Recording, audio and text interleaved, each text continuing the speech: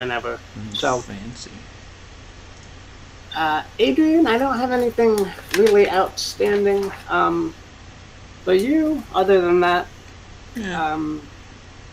I think we've talked about everything for Adrian. Okay, that's fine. One thing I was curious: do you guys want? I can rename the basic move that it has, so that like they have a 0 in front of them, so that they would all be sorted first, and then your class moves would be after that. Would that work better for you guys, or? Oh, in the little icon thingy button Right. bar? That would actually be really helpful, because right now they're alphabetical and it's hard to. Right. I mean, they would still be alphabetical, but your class move would be alphabetical. Yeah, if that's even possible, that would be cool. Okay. It's just gonna look a little weird because it'll say like 0. Yeah. A to interfere, 0, blah blah blah. But okay, that makes sense. It might be a little easier on your eyes if you're trying to pick out what you want to do or what the basic moves are. Sure, I don't mind either way, to be honest. Looking up alphabetically, even as is not one I've struggled with so far, but from the sounds of things, if it'll help Daniel, by all means, no. Okay.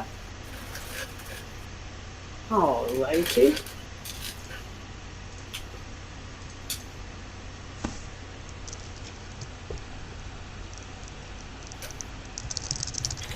Actually, whilst we're waiting anyway,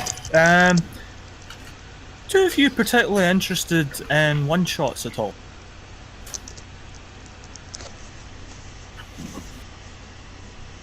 Say again? One-shots, just one-offs for a variety of systems. Funny story actually. This whole campaign started off as a one-shot when Daniel needed like a small break between his D&D campaign he was going with, and when it. Yeah. What was that? No, I was just thinking. The D&D campaign just sort of ended. Okay. We were trying to look for something else.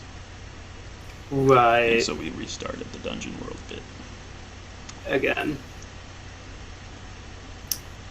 Yeah. Sure, I could see doing maybe a one-shot. That might be kind of fun for variety. Well, you see, the reason I'm asking is because I run a server with some mates of mine in various games that I've been in for a while, where I put up a couple of ideas for one-shots. They're voted on, and then we run something. It's only monthly because I really don't have time to be running. I already run another campaign and I don't have time to run 2 or 3 at the minute. But if you want, I can add both of you into the server, and that it's, as I say, just you vote on a one-shot, and then it's first come first serves in terms of number of players. But if either of you are interested, by all means. That kind of sounds fun. It does, yeah. Alright, let me try and work out how I add people again, but I'm sure I'll be able to. Alright, cool, thank you.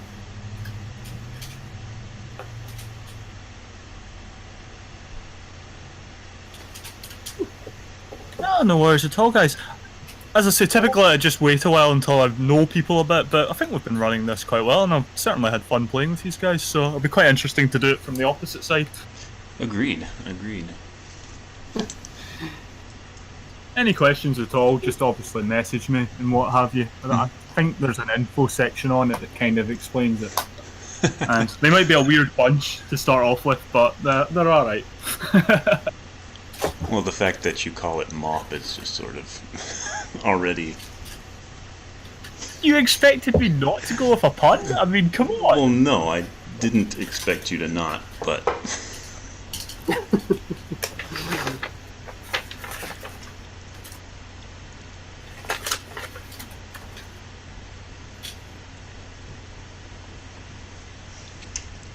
Oh, who am I? Alrighty, so, I'm gonna say that probably Tarkovsky is not going to make it today. So. Well, I'm trying to, he's basically looks like he's trying to call up people real fast and say, hey, I can't make it. So, I'm imagining he is on the phone working something out.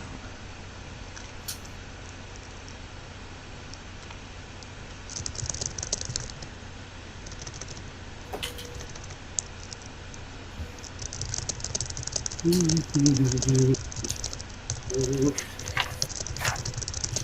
just trying to word my soothingness in a nicer way. That's very soothing. Oh, good. I'm happy.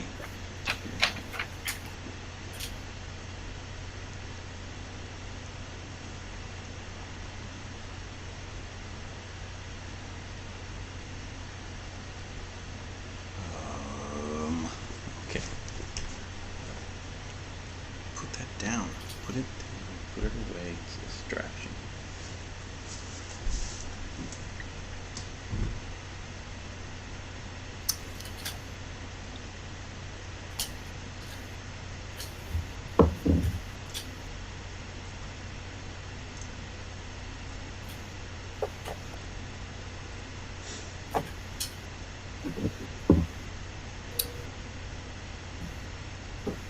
Pokemon Mystery Dungeon? I don't know what that even is.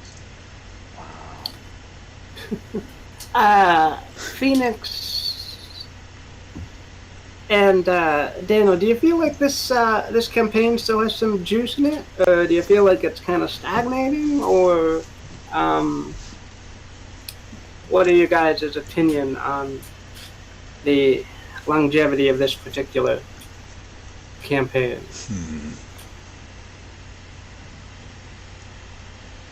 It still feels very new and interesting to me, but I'm obviously fairly new to the campaign.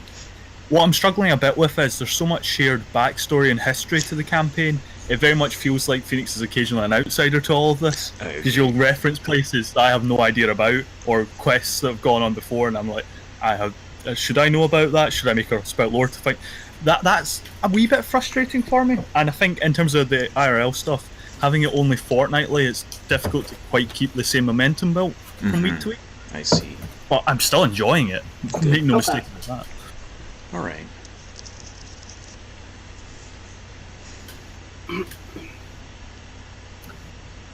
Yeah. As for me, I don't know. I've obviously been with it for the 52 sessions that it's been going on, and I'm like, oh my gosh. Let's, I don't know, teleport to outer space or something. Sometimes I'm thinking that, but... You say that. I know a good port of Dungeon World. Well, it's not exactly a port, it's powered by Apocalypse with similar kind of basic move sets compared to Dungeon World, but it's based more on a... I always think of it like a Discworld kind of setting of... Oh, nice. Kind of just not a world where the laws of reality are totally different and they're rewritten all the time based off of what people believe and think. Let me see if I can find the document, send it across for you guys. That sounds pretty cool. Yeah, like your characters literally just walk through the sky by swimming through the worlds and bits and pieces like that, or you imagine and create things into being. I joined a game for it. It sadly never got off the ground, but it sounded very interesting at the very. That is cool. Yeah, and as I say, we'd all be familiar because what did start out as a Dungeon World kind of crossover port, whatever you want to call it. Sure. Yeah. I see. Oh wait.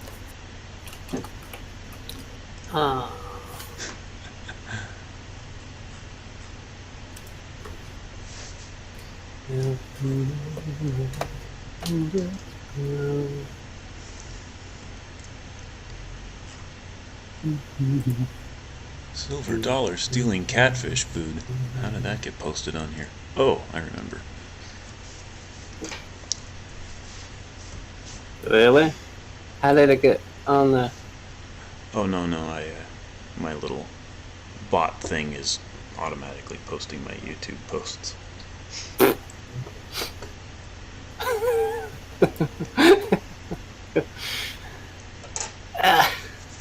Anyway, but yeah, my initial inspiration for anything even remotely related to D&D was looking at the Planescape universe map and then reading into stuff and realizing that, like, oh, you can totally go in and change the laws of gravity in a certain Yeah, that's pretty much universe. the exact kind of idea for this. Like, oh, gravity is upside down in this world, or the city of Sigil where everybody walks on the inside of a ring. I'm like, what in the world? Who came up with this idea? And man, I want to play that.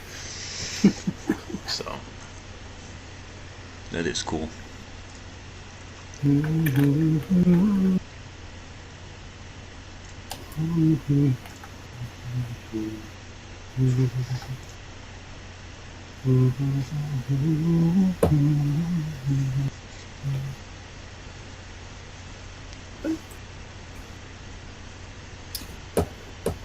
There you go. Obviously, it's as per most rulebooks, it's probably a bit big to be sitting reading the now, but it's very much that kind of Planescape Discworld imagination feels whatever you do, and the classes are just out there. Wow. There's a nomad one that just teleports everywhere, one that transforms his body into weapons to attack, and all sorts of other stuff. That is cool. Oh, cool.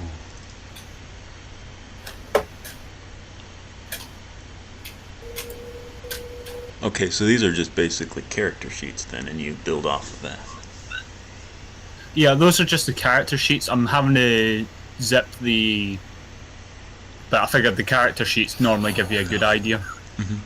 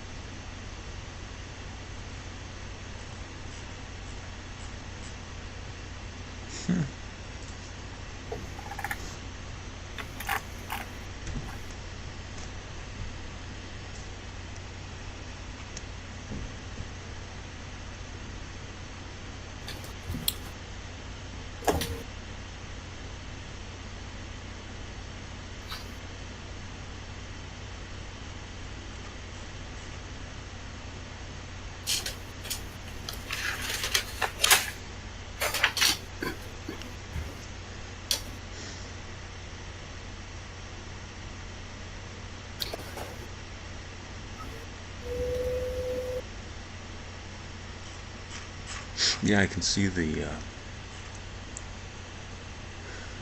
similarity to standard Dungeon World, since you're basically using the same basic moves and then just building off of those. Yeah. Mm-hmm.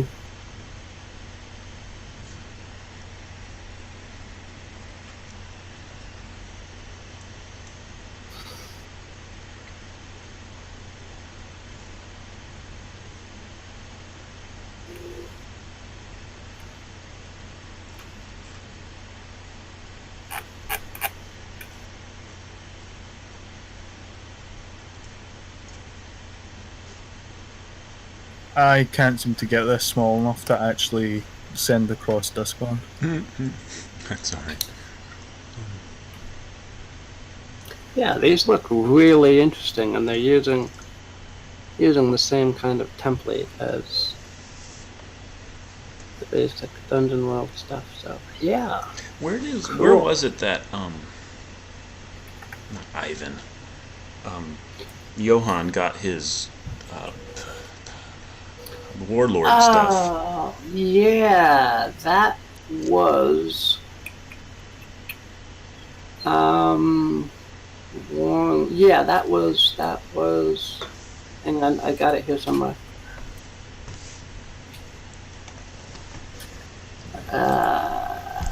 Unknown World. I think that was War and Wonders. It was called. Okay. I think Warlord was in here.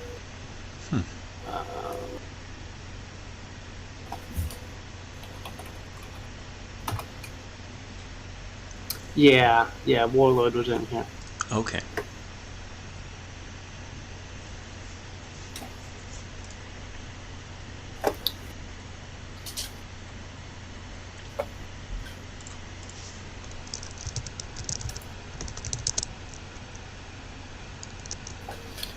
And then that one guy that wanted to be the spider mecha was from Inverse World. A spider mecha. Yeah. It was That weird. sounds awesome. Yeah. I spent the longest time photoshopping up his token. And then he didn't even come in for one session. Well, I mean, no you can still, I mean, we've got that image somewhere. We could probably just, like, enter it as a monster of some sort. If you've got its moves.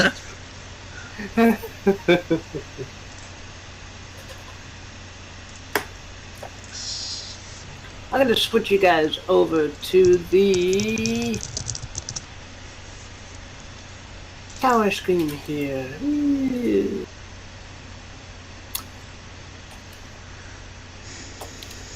Okay, so Adrian, you were resting, right? You were recovering from Yeah, I definitely the need to. Banshees. I'm down to like 3 damage. health. Yeah. And can I kind of assume that you did the alarm spell around yourself before you went to sleep? If you like, I can quick run it if you want. And just... Sure. Yeah, something happened. I set the alarm spell, but... Oh, here's what happened. I set the alarm spell, but I set it the wrong way, so that when I cross the line, it goes off. Okay. Okay. And Phoenix, where are you? You've had a couple hours to explore the tower at this point. What are you up to? I think I would track down the various denizens of this place and get them to tell me their old stories. The Banshee in particular. But also, actually, the what was it? It wasn't a snake thing, but it was something along those lines. Oh, Mist, the Mist, iridescent. yeah. I also want to talk to Mist about old stories. Okay, sure. So, Phoenix, then you're up a level here. Whoa. You're talking with Mist here. She relates that she used to be a kotal, which is a winged, blessed snake that flies around and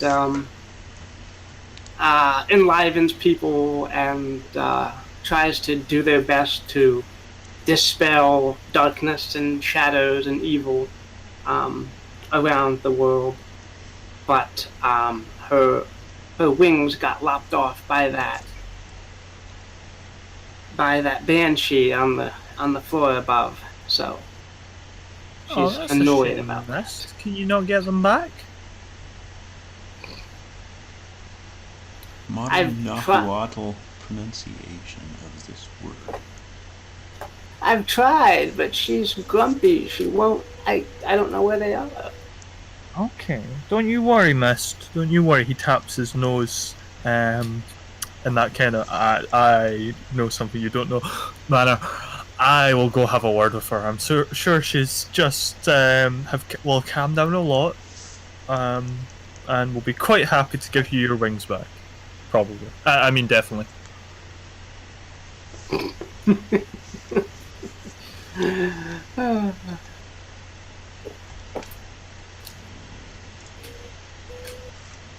Do I have some sort of roll to make for a heal or a rest? Uh, I don't recall which yeah. one it was, unless there's a rest macro that we've written. There might be a rest macro, but you could defend. Make camp. There's not a make camp. Why is there not a make camp? Anyway, when you rest, you recover half of your maximum health. Oh, just a flat half then. Okay. Right. I can deal with that. So that's +7, which I'm up to 10.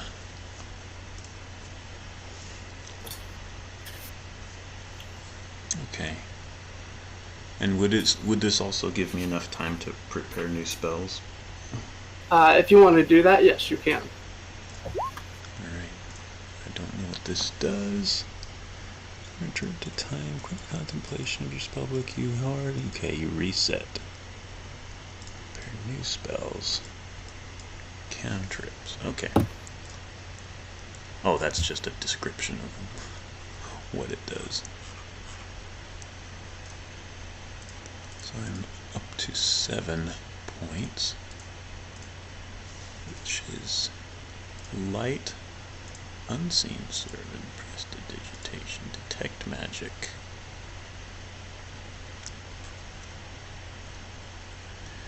Give myself something a little bit more useful to use. Mirror image 3, 4. 5.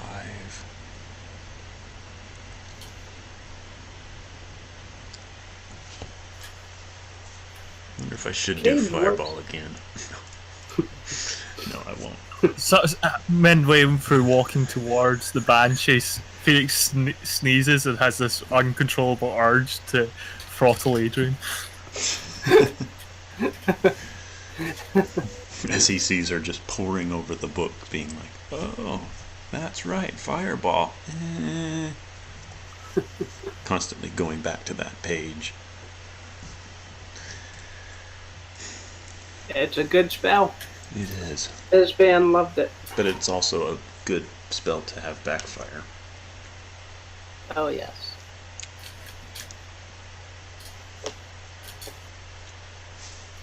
Alright, Phoenix, you were gonna talk with the banshee?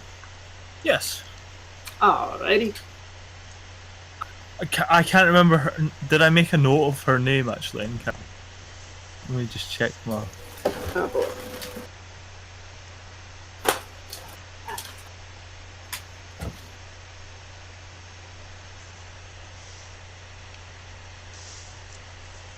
I don't have a name for the banshee. Did the banshee?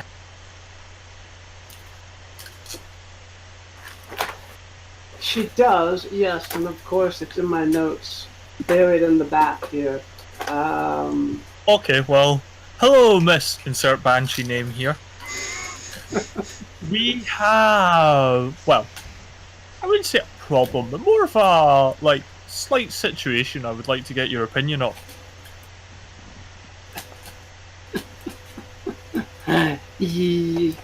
What would that be, Jabard? Well, you know how fun and amazing it is to float about and fly freely. You can go through walls. You can do whatever you want. Isn't that really awesome? Isn't that really, really, really cool? Yeah. Well, don't you think lots of other people should also have the ability to float and fly and go through walls if they want to? Don't you think that would just make the world such a better place? The world is a lonely, cold place. Exactly! No. Exactly, Miss. Insert banshee name here. Is she the sister of Lady Oh My God? It's a cold and lonely place because people do not have the ability to fly and go through walls.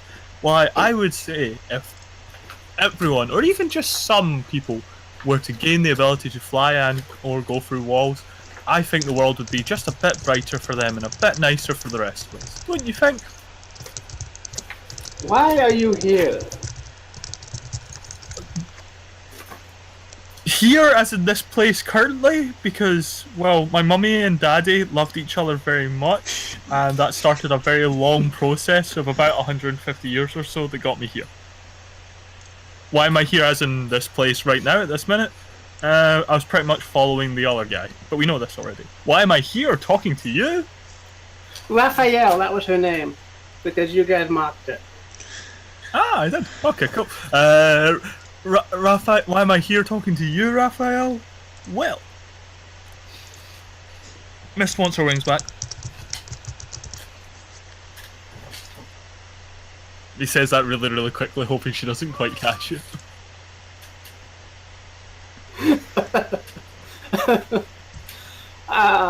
Make a parlay with her. Sure.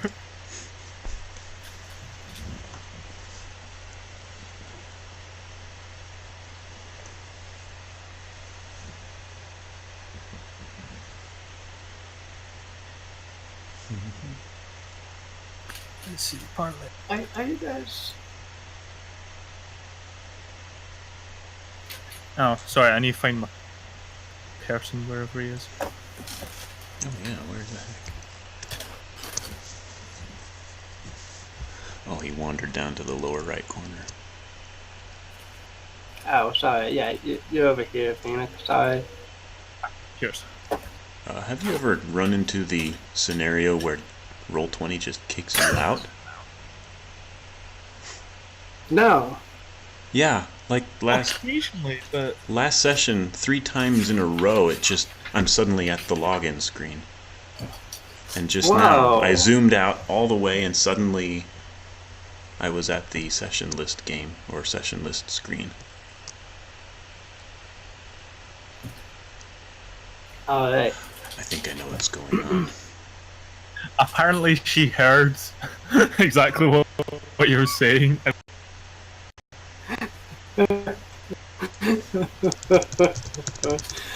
Alright. The Banshee is going to sneer at you, Phoenix. And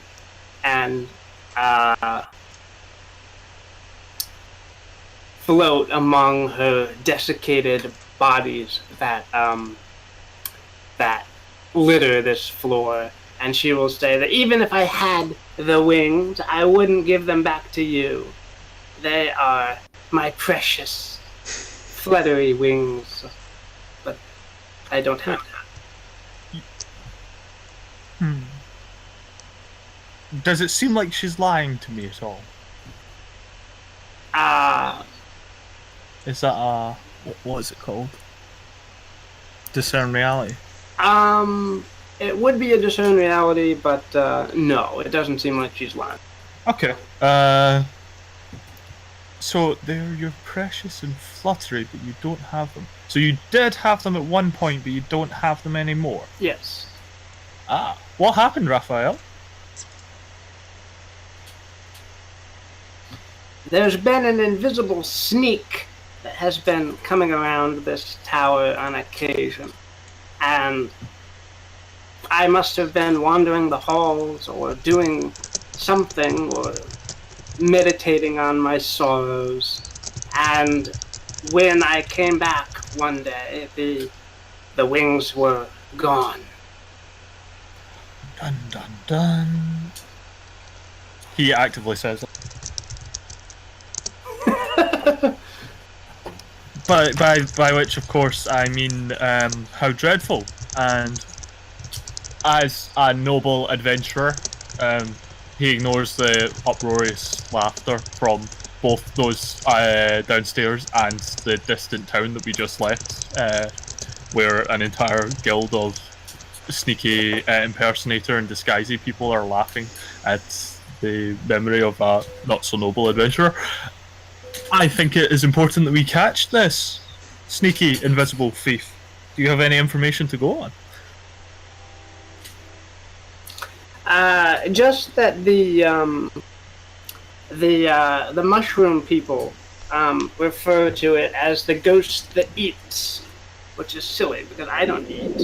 I don't think any ghost eats. Ah. Well, maybe it's not a ghost. Phoenix seems very proud of himself for this stunning deduction. Meanwhile, Adrian. Uh-huh. Hi, Adrian. You're gonna be woken up from your rest, and see that the pile of rubble left over from the elemental statue is being kind of disturbed. Okay. The elemental As statue it's- being, yeah. Yeah. As if something is kind of pawing through it. Oh. Right. Am I able to just glance over, and notice what it is, or do I need to try to detect magic, or... I mean, obviously my alarm's not going off because I'm not the one moving. Right. Yeah, from where you're laying, you kind of see up that way, and you can't see anything. Okay. Well, I will get up and walk over and look and try to check it out. Like surreptitiously get up and walk over. Sneak over, basically. Okay. Alright, you're gonna see, a brief glint of like a green, a vivid green gem, appear in the rubble as it kind of moves aside, before, it vanishes. And you hear a snapping sort of sound.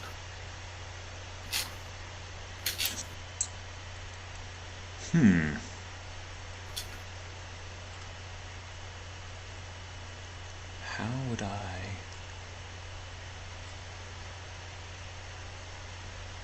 dispel that? Well, no.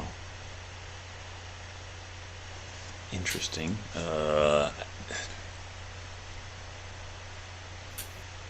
Oh, I could do the Indiana Jones thing. I pick up a handful of dust from the floor and throw it at the pile of rubble to see if I can, like, unmask the thing. Alright. The dust settles onto the shape of a low slung reptilian shape, which, as the dust lands on it, will pick up its head and its dust coated head sort of shape, and shake itself, and the dust will billow off it again. Can I...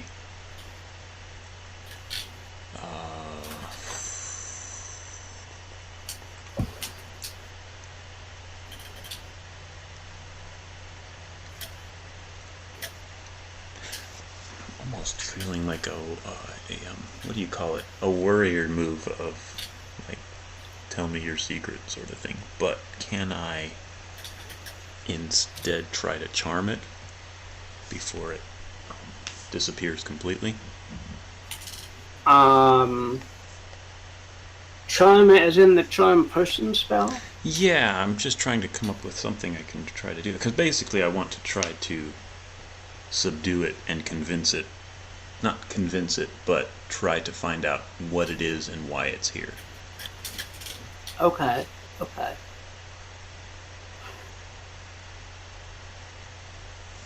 Maybe on a really successful charm person, you can try to charm whatever this is. Well, the thing is, I need to touch it to do that, so I don't think that's a really good one.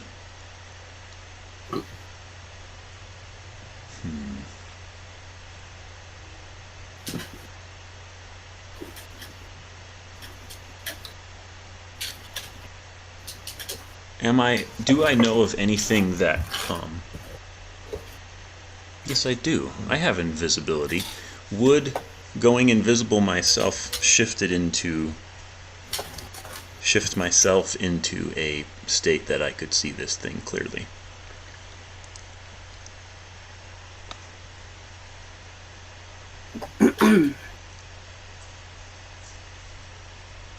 Is that possible? That is interesting. I don't think so. No. Okay. Because I mean, But we did do the whole unseen servant spirit realm thing, where if we walked through this mirror, whatever, it would transport us to the other parallel universe of sorts, and we could now see the unseen servant and everything else that was hiding there. Right. But that's a little high level for a level 1 spell to do. Yes. And as I recall, we had that whatever mirror to do it with, and I don't think that's a part of our repertoire anymore. Right.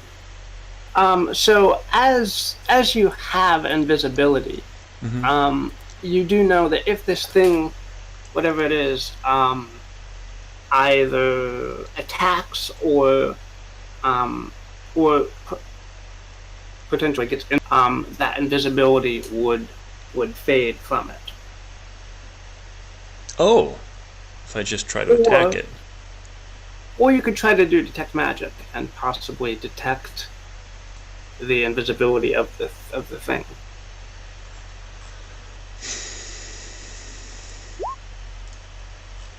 I will actually do that. I will detect magic on it. Okay.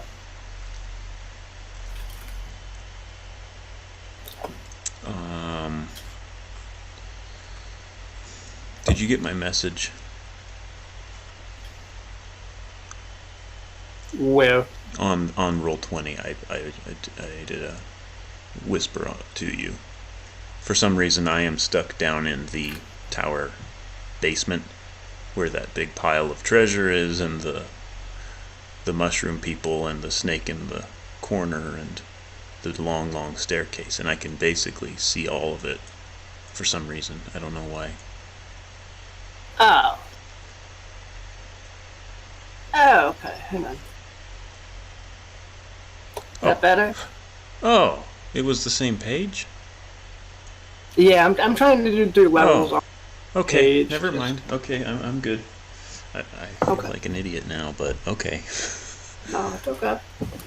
Okay, so detect magic is just a cast spell. It succeeds. Succeeds very well. Okay, what sort of invisibility spell does this creature have on it? All right. You cast detect magic, and your sight becomes attuned to magic, and the creature itself is radiating a greenish aura. It has wings. It has a long tail, and it's a kind of a sort of a it looks a bit like a dragon, but a very smallish dragon, and it has wrapped itself in a spell of invisibility. Okay. Now, I'm not a gem thief, so I don't care that much that it was going after some green gem. But I would like to try to talk to it. That would be cool. Can I approach it without it knowing? Or can I just walk up to it? What does it do if I start approaching it as if I know it's there? Its head will rotate towards you, and its eyes will start to glow with magic. Mm-hmm. Does it act suspicious? It acts cautious. It acts like it doesn't. It acts like it would attack you if.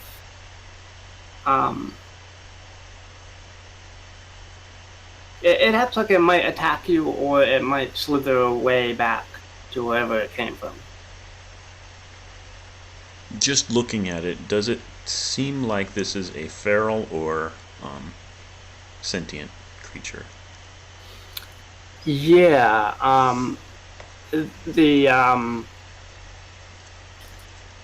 because it has invisibility, because it sensed your presence and its eyes are glowing with magic now. Mm-hmm. It seems like this is a sentient creature.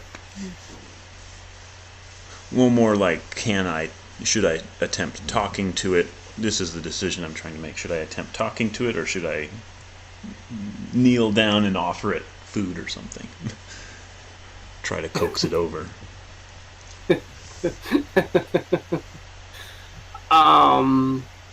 It's probably not. It's probably going to be suspicious of you kneeling down and offering it food. Okay.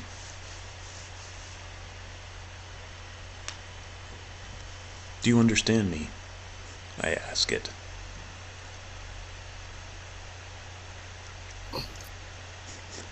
It speaks the common tongue. Is there any other that I should know, or that you would? No, that's a weird question. Is there any other that you know that you would prefer speaking in? No, common is fine. Okay. Where's your charm here? That's where you go, baby. I am nothing if not uncommon. Wink to the weird invisible animal thing. Right. Oh man.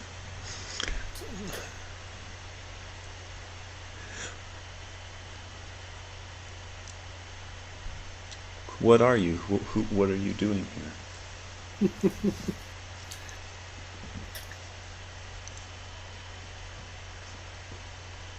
Do you know what happened to the elemental?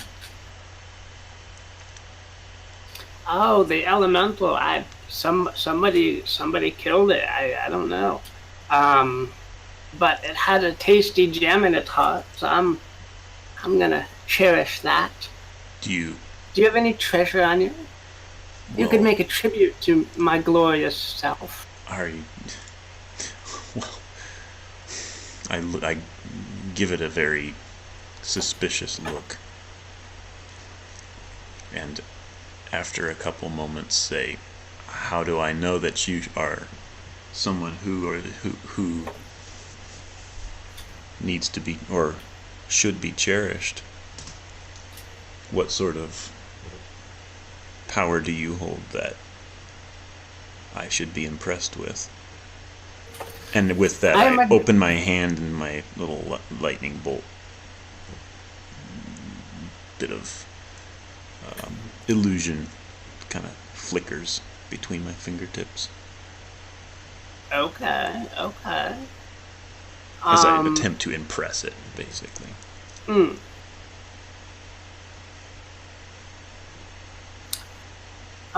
Okay, make a,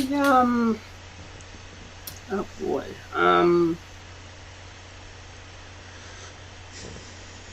make a defy danger with charisma for that.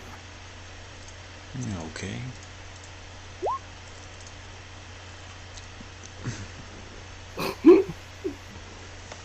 Wow.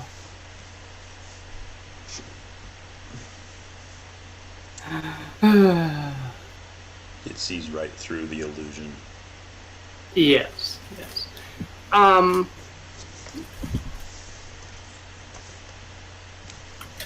I am a dragon, the highest form of intelligent life anywhere. Bow down before me, and I will let you live, little human. If you have any spellbooks, I would love a spellbook. Another spellbook. Another? You already have a couple?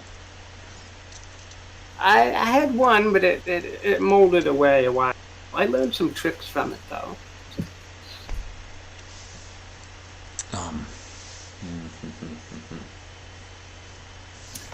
Phoenix, do you want to get back in here? Sorry, it's been a while since we've jumped to Phoenix. Actually, I'm literally just about to jump to the loo, so I will gladly jump back in once I'm back, but Okay, I actually need great. to... Yep.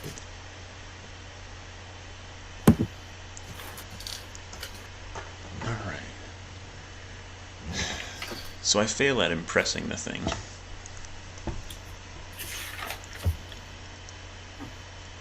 It is not impressed with me. That means what? I don't know. I do have spell books, but I'm not going to tell it that I do.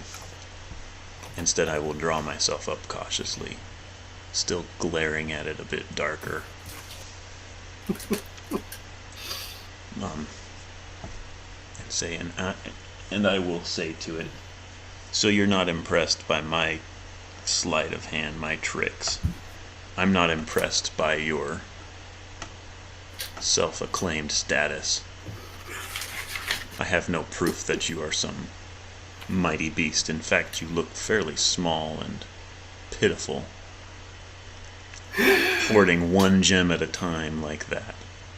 I smile snidely. One expects a dragon treasure to be massive. All you can handle is one emerald. The dragon will thump its tail in irritation and say, someday I'll be as big as my mom, and then you'll be sorry. Oh, yes. You just gave away your hand. I will. I cast Tame Dragon. Dang it, I didn't actually pick Summon Monster as my... or Cage. I picked all low-level spells. Okay, well, if you need to, you can run away for like an hour. 10, 15 minutes, an hour. Yeah, it says prepare spells requires an hour, so I'm like, so what do? Run into the other room, prepare, and then run back and be like, okay, Cage. And then I fail it. Let's go back. Okay. I should have messed up a fair bit of hilarity here. Well, I just pissed off the dragon. Because he's a little... Again? I mean, he's a tiny little dragon, and he thinks he's big and awesome, and he's not. And have you ever met a dragon that didn't think it was awesome? Well, no, but I'm making fun of it. But yeah, sure, I'm happy to... I guess, speaking to Miss Banshee, Phoenix will kind of realise he's... Well, do you know anything about when this, possibly a ghost, but I think it's not a ghost appears? Oh, it's hard to say. Usually once a month or so.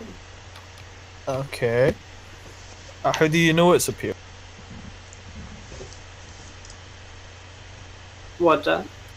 How do you know it's appeared? Do you like have sensors or something? They go beep, beep, beep.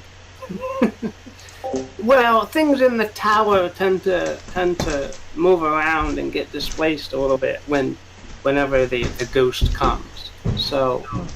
Okay. Otherwise, it's pretty quiet except for the mushroom people.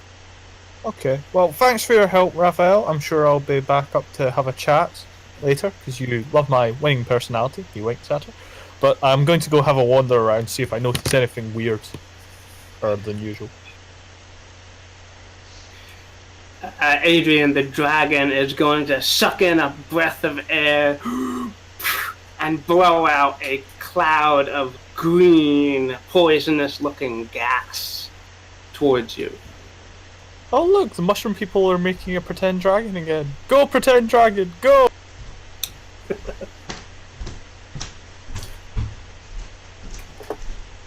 Wow, the special effects are really good. That smoke looks like it's really acidic now. Huh.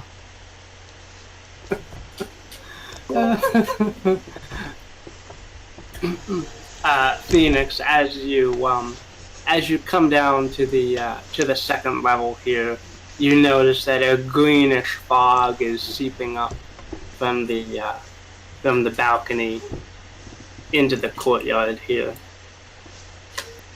Adrian, what did you do? What now? Adrian. Yes. Adrian, you're surrounded by fog, by poisonous-looking greenish fog. Is there What do you do? Is there any chance for me to take a breath and hold it? Yeah, make a Constitution defy danger.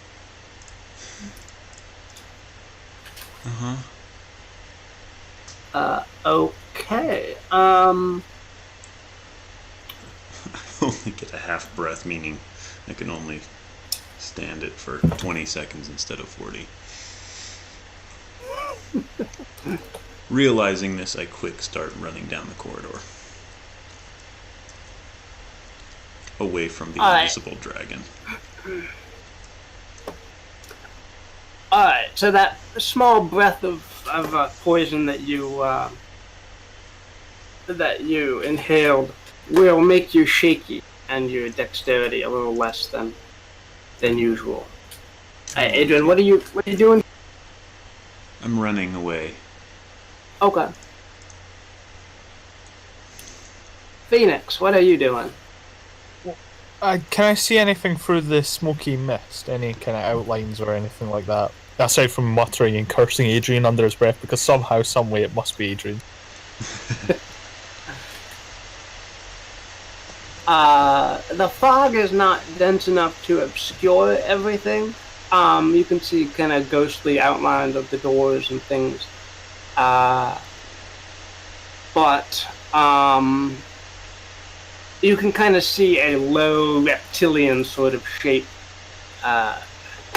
move through this foggy mist. Kind of reptilian shaped thing, he yells from above the fog, because he's not descending down into it yet. Are you a ghost but not a ghost? But kind of likes to move things around.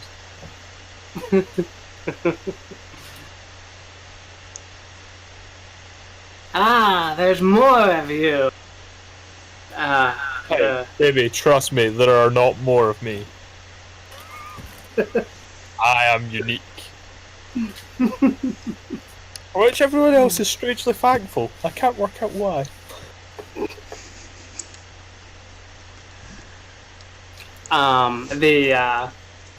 The dragon will consider you of no consequence and will continue to chase after Adrian. Adrian, you can hear the clatter of claws as the dragon chases after you. Give me your treasure! Make a dexterity defy danger to outpace this enraged beastie. Yep. It catches up. And I'm at the last moment before it's upon me, I cast light from my halberd staff thing.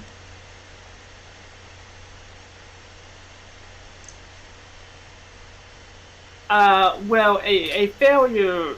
Okay, you're gonna cast light so you can see it better. Well, I'm expecting to turn it into like a laser light show because like light through fog is pretty cool.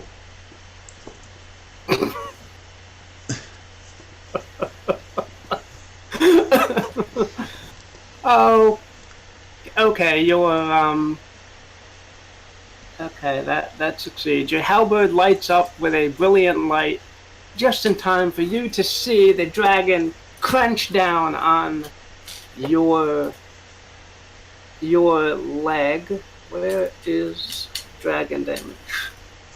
And I guess with that failed dexterity roll, there's no chance for me to try to latch back out at it before it catches me. No. Quick, catch it in the jaw as it's trying to bite down. A failure is a failure. Okay, it does 3 damage to you. You have 2 magical armor. Yes. from your arcane ward. So Yes. maybe it like catches on your boot and like, and your arcane ward. Okay, Phoenix, you hear Adrian stumble and the crunch of reptile jaws on her leg. What do you do, Phoenix? Well, much as he winds Adrian up, they are still technically party members, so he carefully gets out like kind of cloth from his disguise kit, carefully wraps it up to pretend he's a doctor. In fact, yeah, one of those big like beak mask things from his disguise kit. He wears one of the plague doctor masks and then braves the gas to chase after them. Is the plague doctor mask actually effective, though? Because that would be completely cool if it was just inadvertently going to shield you from poisonous green gas. Oh, let's see.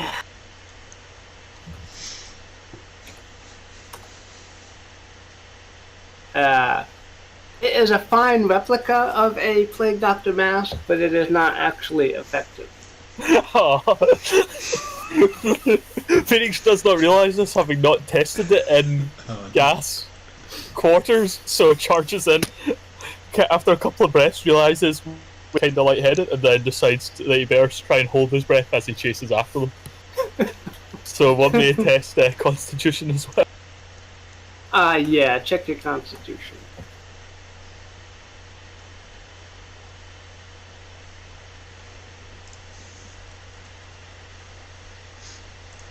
Alright, the numbness of the fog is gonna seep into your body through your heaving lungs. And I will have words with you, oh my god! Give me fake merchandise.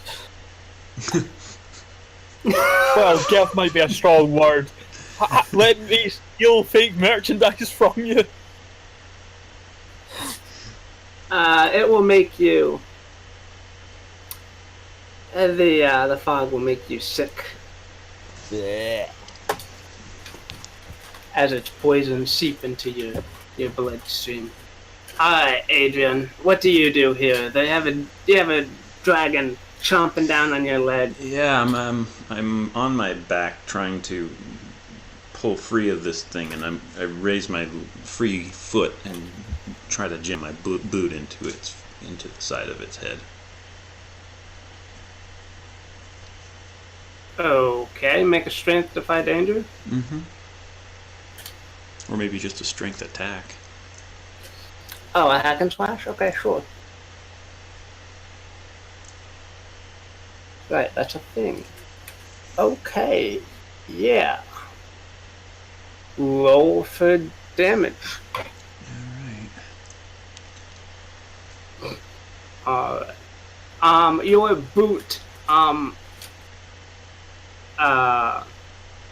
Your boot, collides with its thick, scaly skin, but it doesn't seem to be doing anything to it.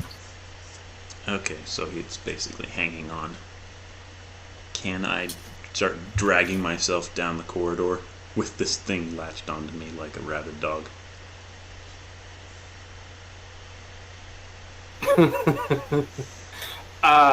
Sure. Any sort of rolls I need to make for that, or can I just... Oh, just okay.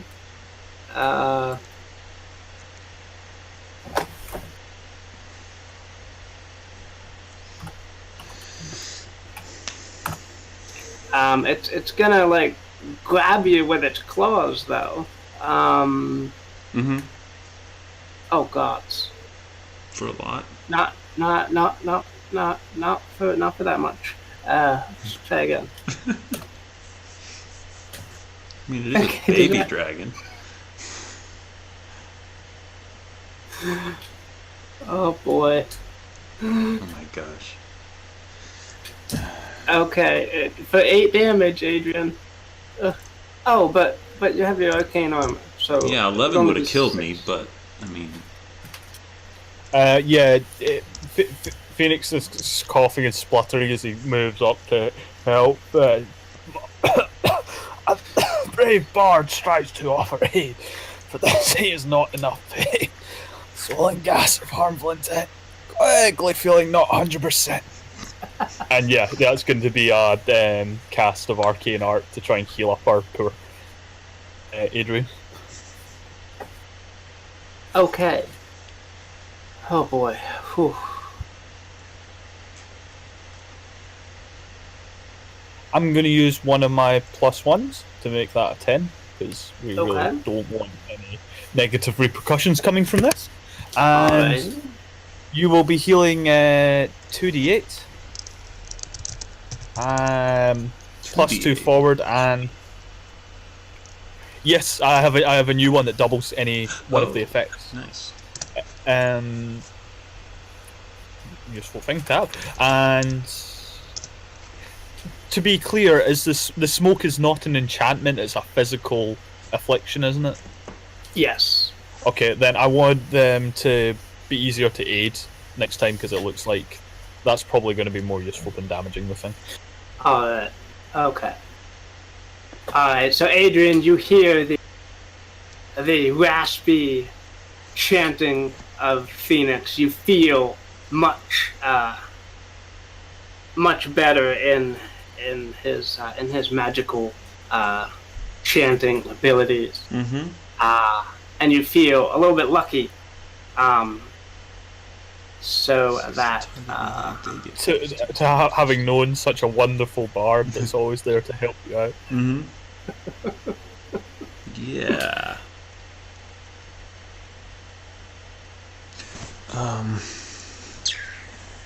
What in the world do I have to help with this? You may end any ongoing spell. Oh, did I still have my alarm going?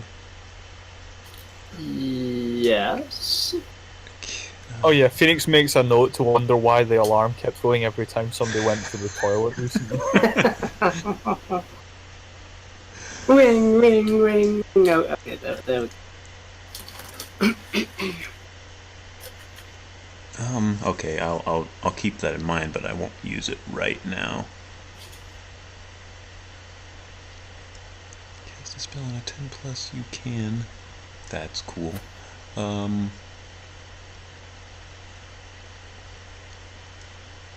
gonna cast Magic Missile at that thing. Okay. I'm gonna probably do a lot better than trying to kick it.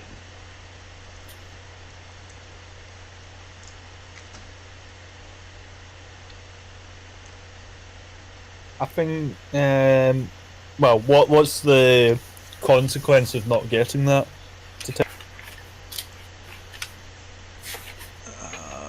Not getting it, I either attract attention, take -1 ongoing to spell casting, or I forget the spell. Do you want me to try and aid that? I think that's probably not really necessary. I'm just going to... man, I can't find any of the text here. 2d4. 6 damage. That's probably a little bit more effective against the thing. Oh, yeah.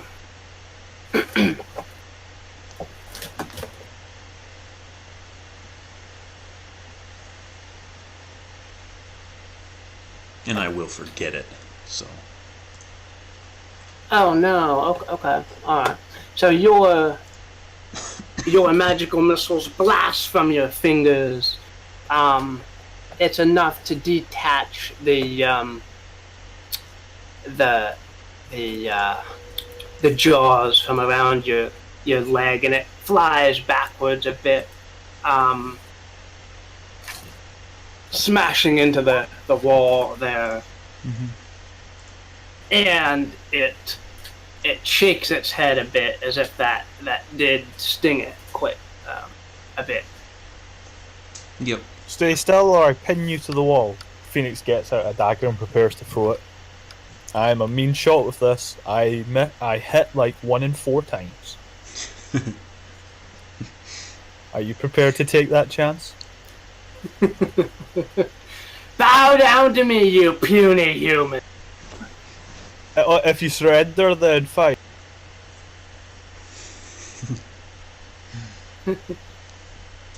You cut off there, Phoenix. Sorry, what was that? Sorry, I said if you surrender, then sure.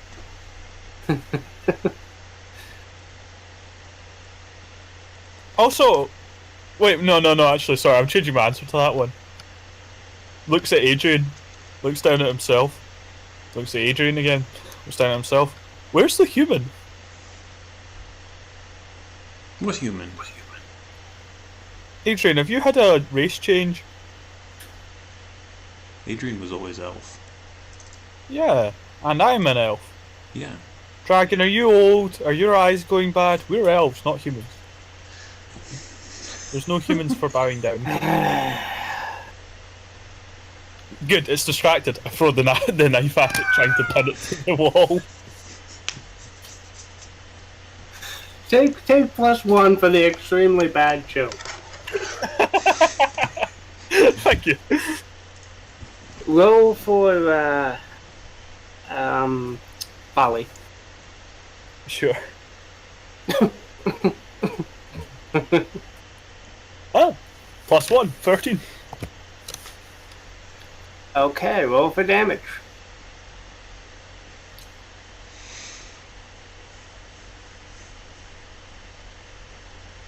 Okay. Alright, Honestly, I'm less interested in causing the damage and more in the pinning effect, so I'll waive the damage if I can. yeah, okay, alright. So your knife goes through the thin membrane of its wing and sinks into the wall behind it. It doesn't seem to do much damage to the creature, but it is trying to tug the wing away from the wall, but it is apparently painful. It hisses over at you, Phoenix, and lets loose with another bolt of poison, of liquid poison that arcs towards you, Phoenix. I dive to the side and pull out a torch from my pack as well as I'm going. Okay. Make a dexterity, defy Sure. danger.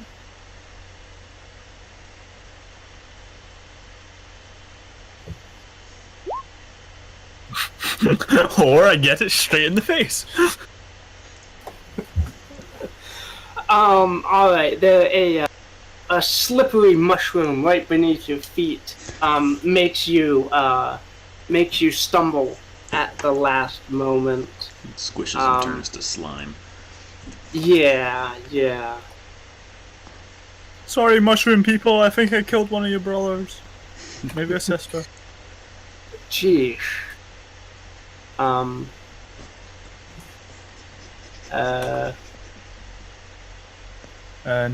okay. Oh boy. Is that just the 1 9, yeah? Just the 1/9. Yeah. I was trying to get it a little lower for you, but oh boy.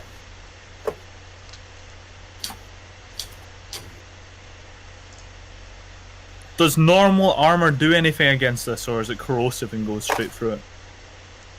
Oh yeah, armor would help with the liquid poison. Okay, I've got light leather on, so that's Okay. a little bit less. Adrian, what do you do here? Well, I'm feeling quite good now.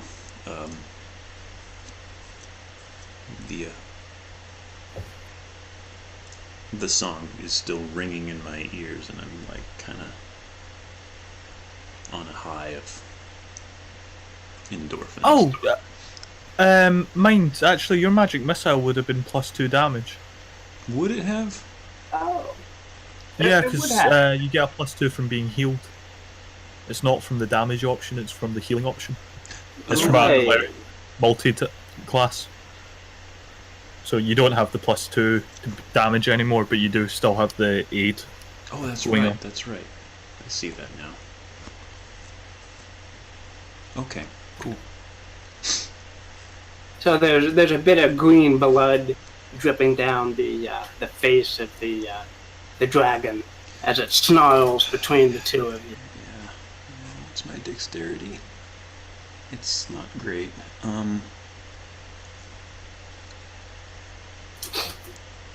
You know what I do have? I do have 3 vials of antitoxin. And I take one and chuck it over to Phoenix. I see your plan. I throw it into the dragon's mouth. Okay. Well, I expected it to be taken, but okay, cool. That's even better. Well, it's clearly poisonous, so we have an anti-poison. Therefore, I like it. I honestly think I should have made Phoenix's intelligence down in the 8 category rather than his strength. But yeah, he tosses that thing down there. I like it. You hear the thin glass of the vial crunch as the dragon bites down on it contemptuously. It stands there for a second, and then I go, "Blah!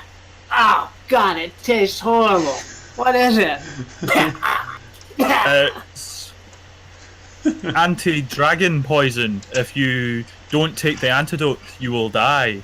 Therefore, you should stop attacking us, because only we know where the secret antidote is buried.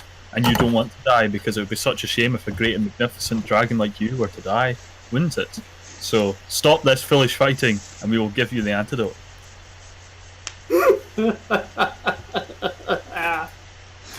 Oh, God. Make a parlay.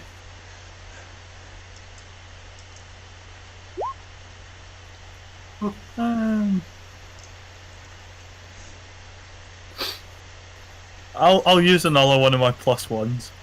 Okay. I think this dragon is kind of beating the living daylights out of us without any melee fighters, so Right. stopping it, ripping us to pieces is a good plan. Okay. Alright, so, Alright,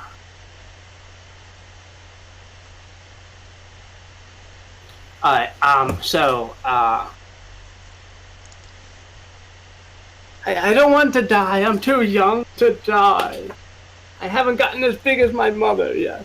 So, do you promise to give me the antidote? Of course! Swear on my elvish honour. None of that rubbish man promises that never get filled. Elvish. Elf. Alright. I promise to not attack you guys. And you promise to give us back Miss Wings. How do you know about Miss? How do you know about the fluttery wing? I didn't, wings. but thank you. You've just confirmed that you have the wings. I didn't. So, thank you. I will take those wings as part of the negotiation. Fine. Okay. I reach into my cloak and pull out a special vial. Turn around away from him, pour some slight water from my water satchel in it, pour in a random bit of health supplement, shake it a few times, and then hand it out to him. There you go. Anti-dragon antidote. He nods. Yep, that's its name. Definitely not made up. The dragon.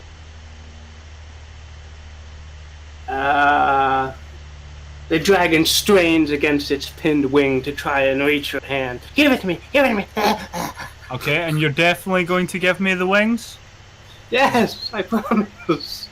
Okay, I pour it into the dragon's mouth. Step back quickly. The dragon laps its lips and sits still for a moment and says, "I feel better. Thank you." Okay, I'm sorry it had to come to this. I was hoping we could just talk, but I'm glad we can do so now. Phoenix kind of looks at Adrian as if to say, I can't believe that worked. Yeah.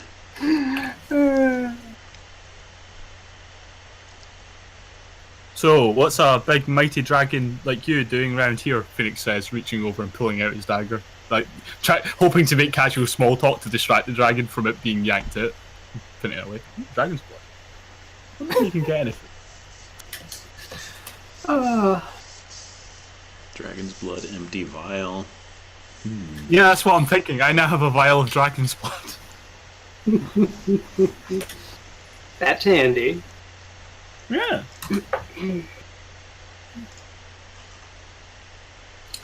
The dragon will grumble that he's been wandering the swamp looking for various treasures and things to add to his catch of treasure and valuables and so forth, so that he can be a big, strong dragon one day. Huh. Do you do trades, dragon? Also, what's your name? It's weird just calling you Big Mighty Dragon. Mighty Dragon, that's my no. Maaug. The dragon. Maaug. That's short for Mighty Dragon, isn't it? Maaug, yes. Ah, okay. Maaug! Do you do trades? I have a very nice shiny thing that I'm looking to get rid of. What is it? Well. Have you ever seen something like this? I pull out the Palantir, carefully making sure not to touch my skin to it. Ooh. The dragon's eye. Big. Ooh. I don't have anything like that. That's impressive. Phoenix nods proudly. I know. The Palantir is pretty cool as well.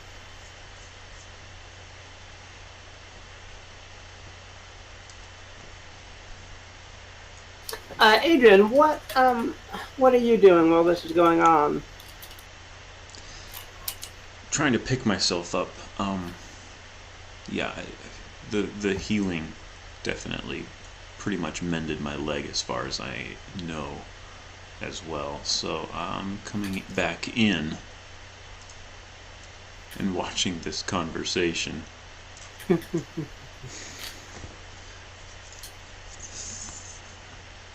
The bargains.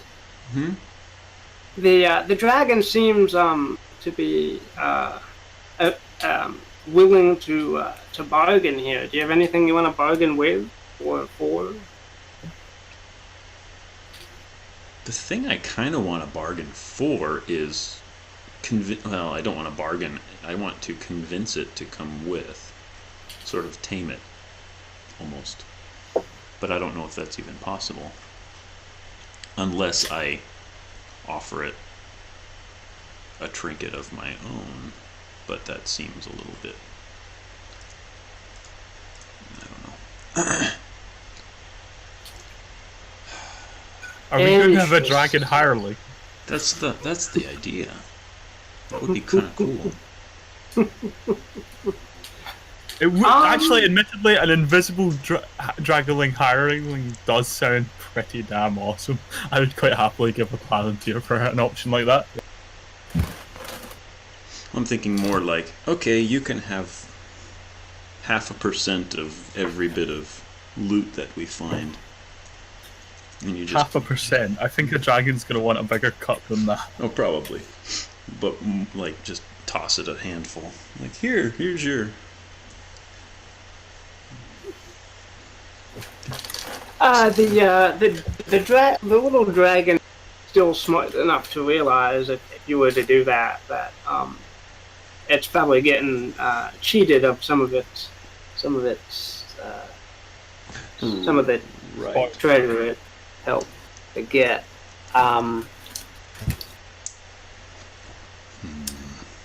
It might be possible to convince the dragon to come with you. It certainly would have more opportunities to gain treasure with you guys than with than just roaming this largely empty swamp forever. The worry that goes through my head, though, is it keeps referring to its mother, and I'm wondering when she's going to wonder where he's gone off to. Could ask him. Okay, I will. I will say, no. I have to open it by suggesting he come with.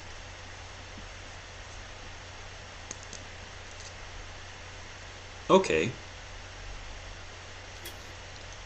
Seeing it at least subdued enough to listen to what's said, I remark, you could always come with. I'm sure in our travels we could provide many more opportunities to come across similar treasures.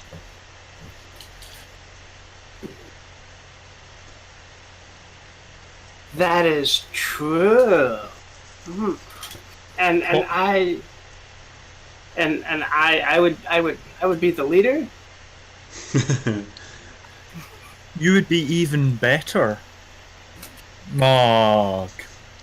You would be one of the first ever dragons to travel amongst adventurers, learn their ways, and be prepared for when adventurers come to slay you when you're older, when you have a big pile of treasure yourself.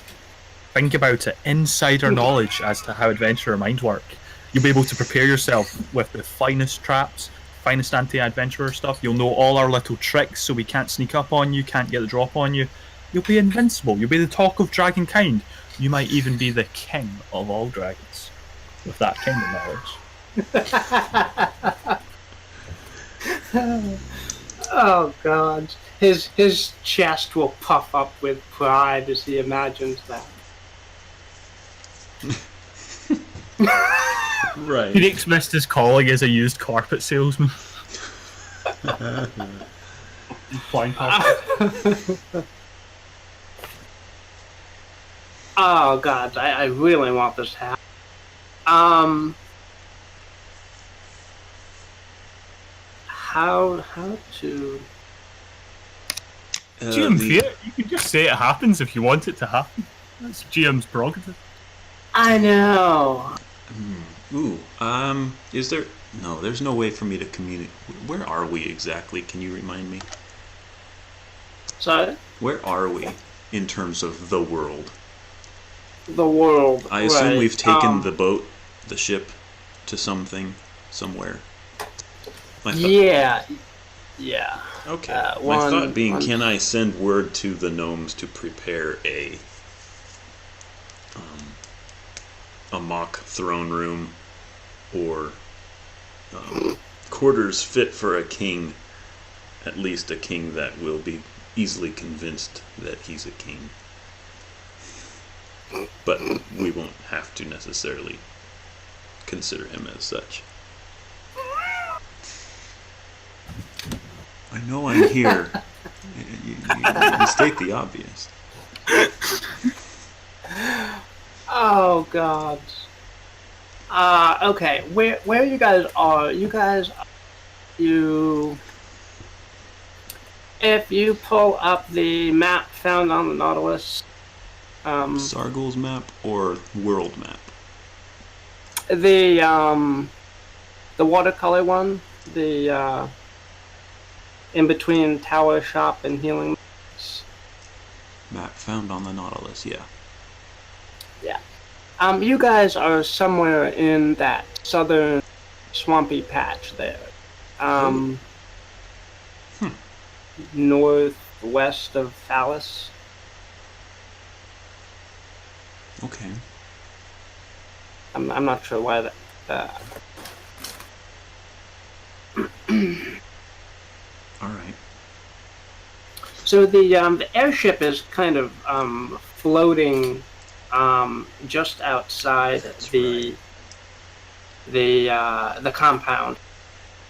There's a rope ladder going down. So yeah, you could call up to them to ask them to prepare a throne room like that, and yeah. You want to show it off to the dragon? I would, yes. That's actually a good idea. I'm going to run outside I don't want to have to risk running through the labyrinth of the tower itself, or the whatever pyramid-shaped structure. And instead I'll just run outside and call up the side of the building to the airship. Phoenix kind of looks to the dragon and the puff of smoke Adrian left from running away with no word whatsoever, and kind of shrugs. So, about your treasure chest? I know she was just talking to you, but... Oh, yes. You wanted to exchange something? Sure. Yeah. What have you got? I really do want that that shiny orb you got there.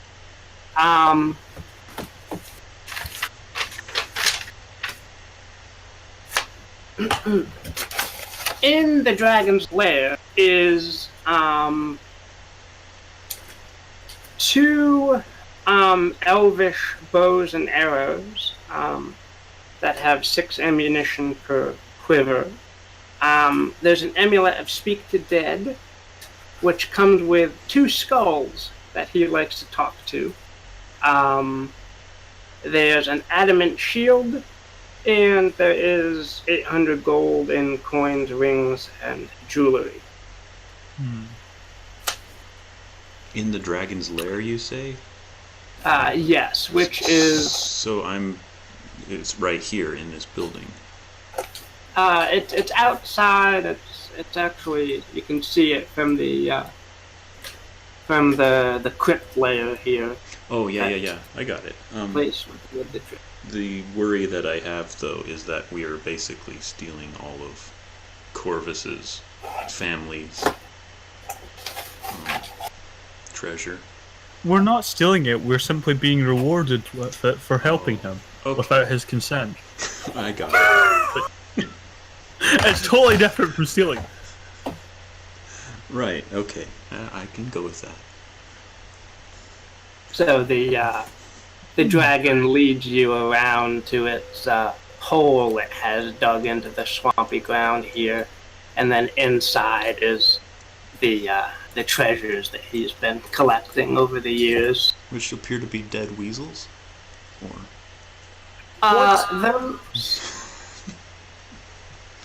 They are supposed to look like weasels, yeah. But those are little elemental guardians that he had in place, but they kind of stand down. He says he's approaching and leads you down now. Don't worry about... Anything special about those bows and arrows, Maaug? It's just that they're well preserved. And they have more ammunition than usual quivers of arrows. Ah, cool. And there's also a well-preserved book sitting on a shelf in his lair. What's the book on, Maaug? Oh! The cover says Nistul's Ritual. I don't know. I just picked it up because it was so well preserved, even after months of being in the swamp.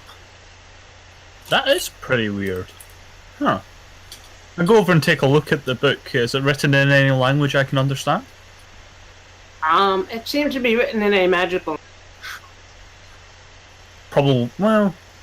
Maybe. Probably not, I imagine, though. Probably more for Adrian. I kind of wave Adrian over when she comes back. Out of character question, what's the difference between a regular shield and an adamantium shield? It's indestructible, pretty much. Oh. It gives it would give +2 rather than +1 to your armor. Okay, Maaug, I'll tell you what. I'll give you this cool Palantir thing. But I should warn you, probably don't want to go touching it too often. It kind of hurts the skin when you touch it. Maybe you'll be fine. You have strong skin. But yeah, in exchange for that shield and that amulet of talking to undead. The undead will think my jokes are so funny because they don't have a choice. Okay, and I'll throw in these skulls too. You'll get a kit, guys. Oh, cool. What's their names? The one with the jester hat is called Zonks, and the one with the beard stuck on it is Istrates. I'm gonna call him Issy for short. All right.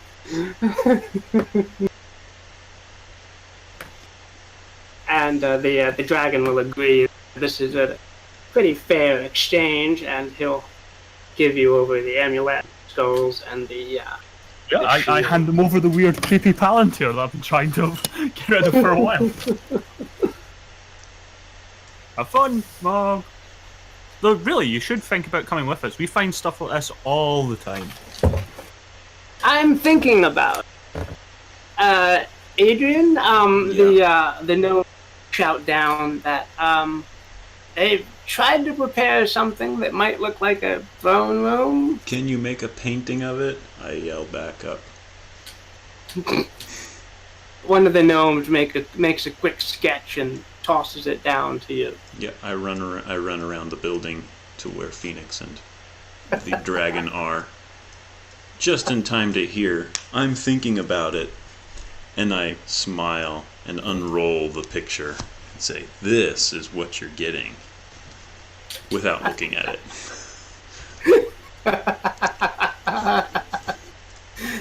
Why is there a picture of a naked gnomish woman on that? Are we prostituting the Cura?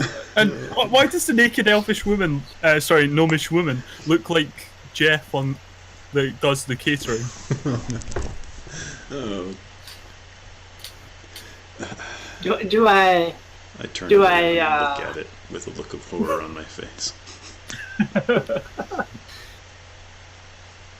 I'm only gonna go if there is the naked gnomish woman there. That's the final touch. Like Phoenix looks across to Adrian and mouths where Maaug can't see.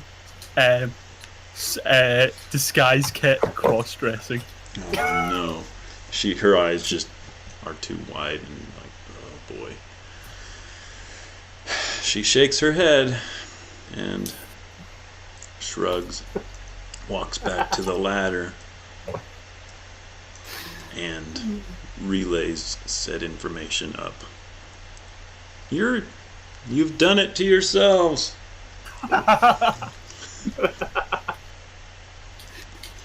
You hear a mad scuffle up there as they presumably try to sort out which one of them has to try and convince the dragon. I don't want to do it. You. Oh, I'm bigger than you. Corvus, what a week to miss. I know.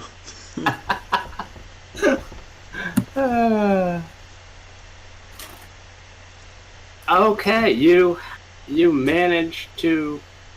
Oh, the dragon will eventually, when everything's prepared, will fly up to the Nautulus, cram himself through the corridors, and settle onto his throne. This is a good arrangement. I approve of this arrangement here, and I will be learning all of your secrets. Don't kid yourself. I am sure you will be a very wise and cunning adversary for many adventurers long after we've passed and died away. Oh yes. I will not forget you. I'll have statues of all of you in my eventual lair. Oh, that's nice.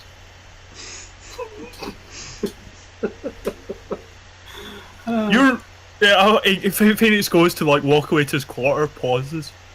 You're not like some kind of Gorgon dragon half creature that turns us into stone by looking at us, right?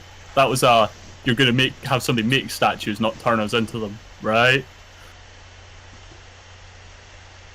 I don't see what the difference is, really. Fair enough. Well, Can you think do it to the others first? They're more photogenic than me. Like, they make better statues. Well, think about it. When you get old and wrinkled, the best thing you could do is get turned into stone and preserved forever. It's hard to argue with that. Okay, fair enough. When I'm old and wrinkled, you can turn me in.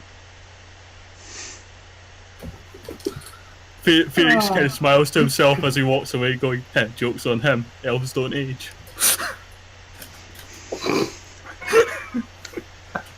You still think I'm a man? Oh dear.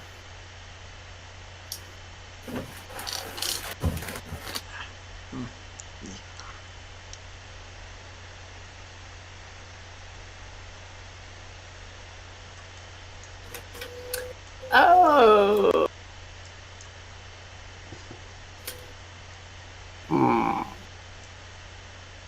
Where is Corvus? There's Corvus, there's Phoenix. Oh, I forgot the dragon. Dragon. Whee. Okay. Dragon noisily settled in throne room here.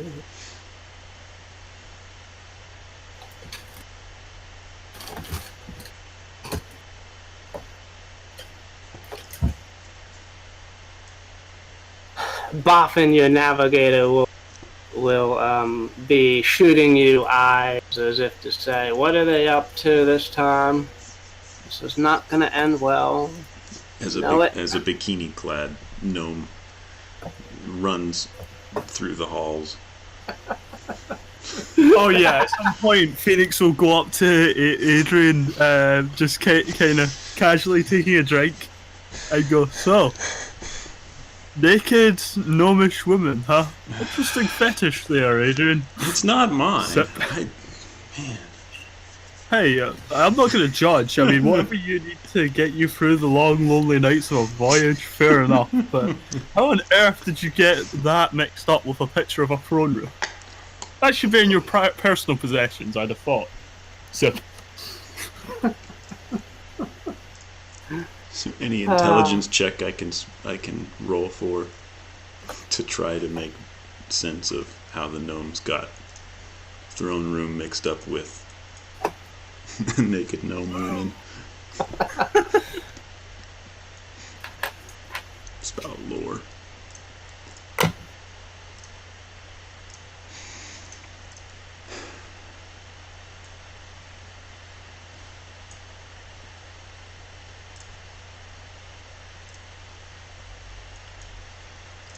Burtok was on this trip? I don't remember. No, it's just been a while since I've been on this screen. I'm cleaning stuff up. I just cleaned them up for you. Ah. How'd you do that? I deleted it. You can delete things? I guess so. Bear Talk is cleaned permanently. Oh! Burtok was a character assigned to you. Yes. Right, that's right. That doesn't make sense. I just anyway, deleted that chest as well.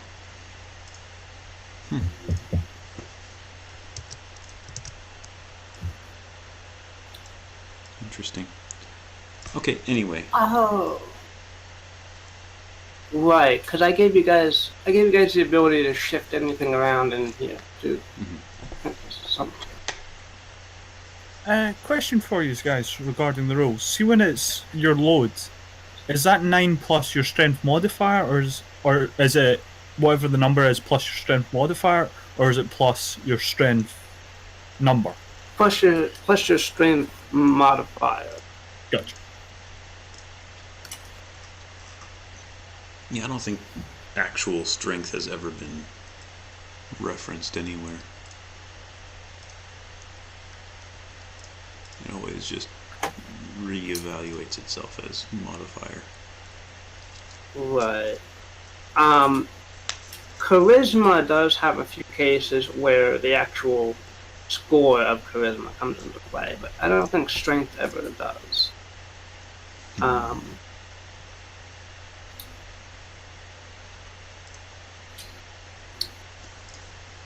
Adrian, did you want to do anything else with the dragon or with anything? At this point, my one thought is to further convince it that it is highly esteemed, would be to go down to the hold of the ship and get some sort of notable gem stone of some kind and just bring it up and offer it. My thought being, we can feed it like we would feed Rolf, the dog. Every day. Twice a day, it needs 2 flakes of fish food, and it'll be happy for the rest of its life.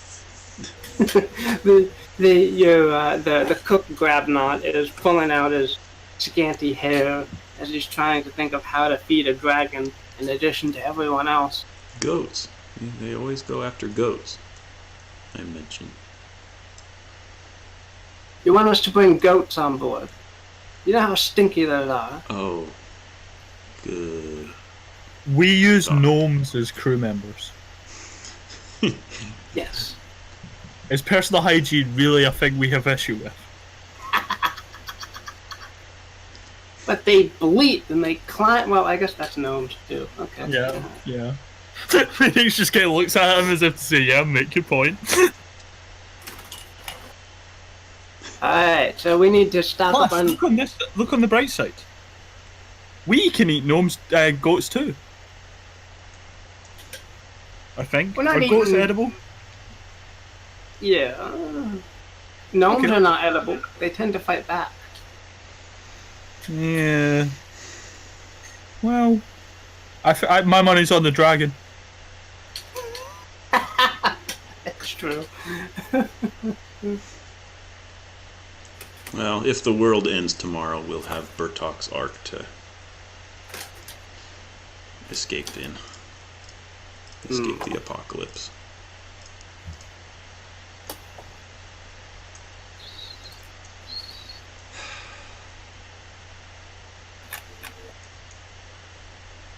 Yeah,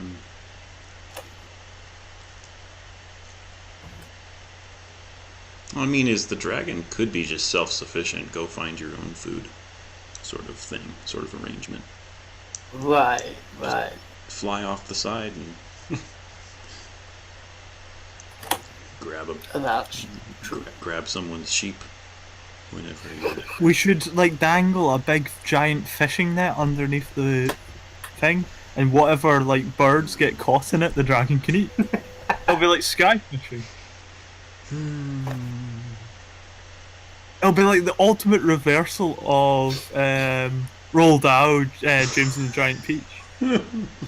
We catch them and eat them. Oh, this is now working with my other idea I had yesterday, which is we had owlbears on the top of the gondola, not the gondola, but the canopy. Right. And Bertok at one point managed to lure them off the side enough to where they rolled down and then got sucked through the engine.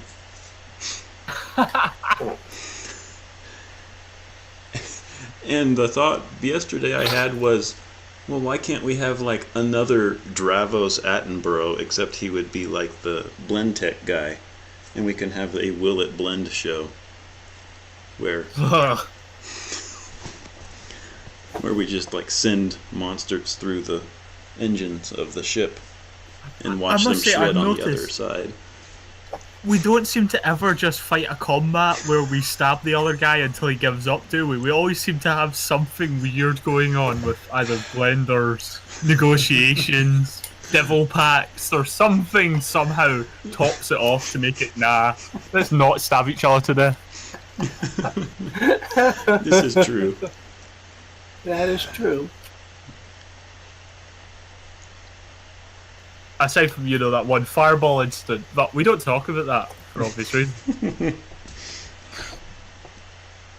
And even that was a devil pact. Yeah, true, that was a devil pact, but we didn't know that at the time. That does not excuse the fireball.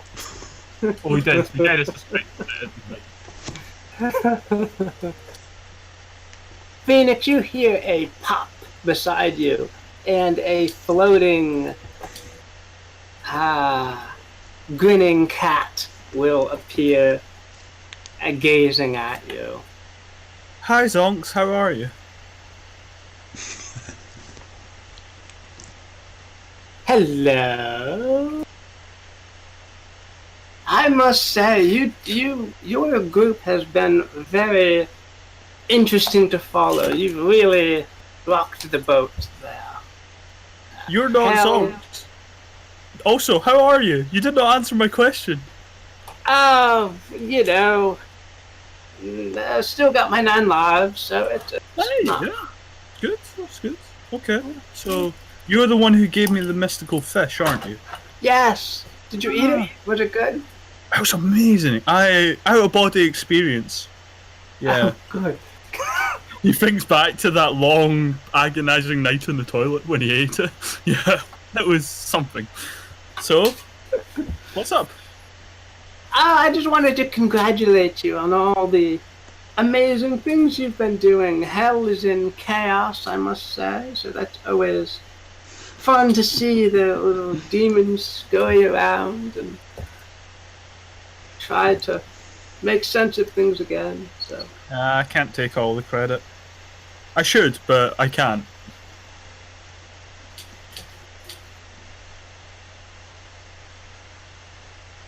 So, starting demons. How's life in the weird dimension thing I found myself in? Oh, it's not too different, really, from when you were there before. Still empty, desolate, and creepy. It has its moments, but yeah, that's mostly the case. Strange things floating through there.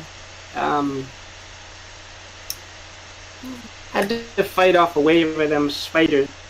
Creepy spiders. Did they fall out of a window by any chance? Yes. How strange. I didn't think spiders typically fell out. I know, keeping a very careful poker. I know, usually very Were they drunk spiders? Possibly. Yeah, maybe. Yeah. Hey, speaking of drinking, do you want a drink? He starts pouring them from the ship stop. I was just about to go. I just finished winding up Adrian about her strange fetishes. You know she's into gnome women, right? Oh, that's fat. It has drawings and everything of them. Might also be an exhibitionist. She kind of showed the drawings to me in a dragon. I don't really know how I'm meant to take that, but any advice you have, Spirit Cat, I would be gratefully receiving. The cat takes whatever drinks you hand it and starts imbibing. And there's a cat.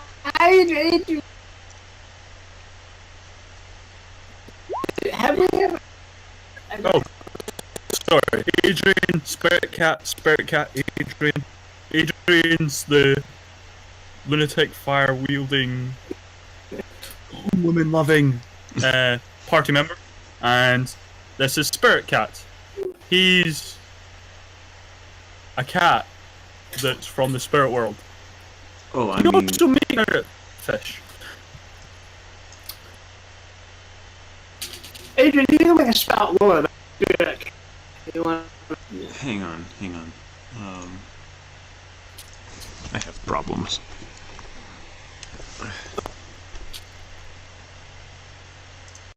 That being that my computer is freezing horribly.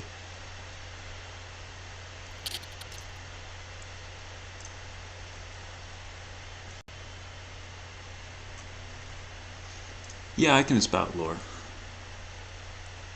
Maybe. Maybe not.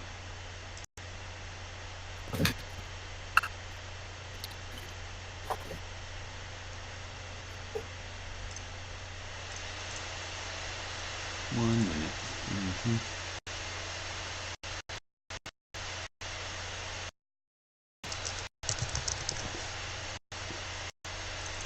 You back, Daniel? No, it's still lagging. I don't know why. Oh. You try disconnecting and reconnecting. Sometimes that helps. Well, I'm trying to close the browser, but I've just got too much stuff running, I think.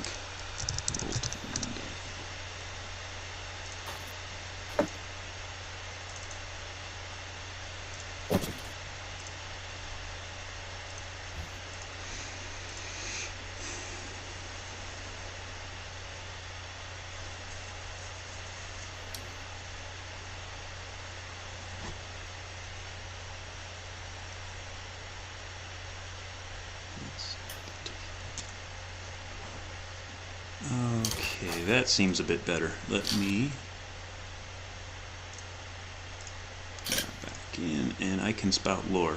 I assume I'm being introduced to the cat. Yes. Okay. Your introduction was not necessarily complimentary. Yeah, I managed to hear a couple things.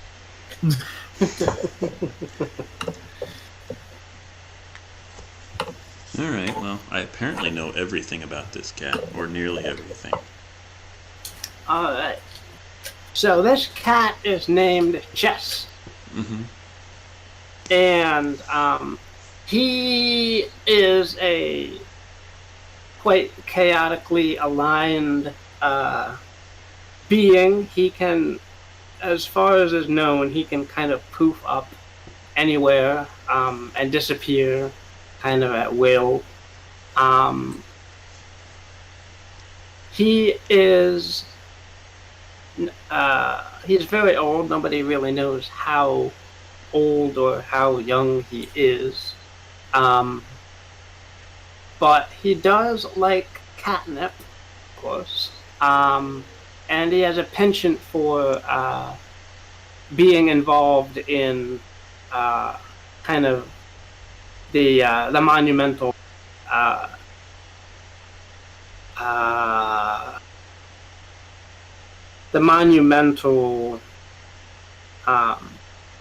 events of particular ages or eras. Mm-hmm. That's okay, got it.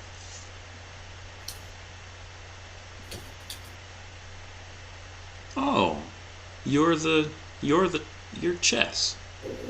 I see. Ah, well, yeah. No, spirit cat. Spirit cat. Well, it does have a name. Your name isn't Spirit Cat? I turn and look at the Spirit Cat, betrayed. I'm sorry, my name is Chess. But you were Spirit Cat. You were always Spirit Cat. Next you'll tell me the Spirit Fish wasn't actually a Spirit Fish, but has an actual name. That one was Fred. Everything I know is a lie. He just goes and drinks his cider morosely in the corner for a moment or two to try and recover.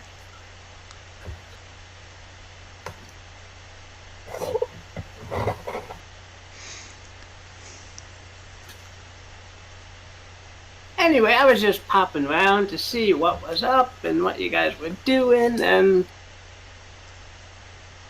Well, I mean, from what I've heard, you can always kind of tell what we're doing, even if you refuse to pop in, as you say. Is there any reason that you're visibly visiting us at this point in time? Is taming a dragon? I look over to the room and continue. Some sort of notable feat that an ancient spirit creature such as yourself would be interested in.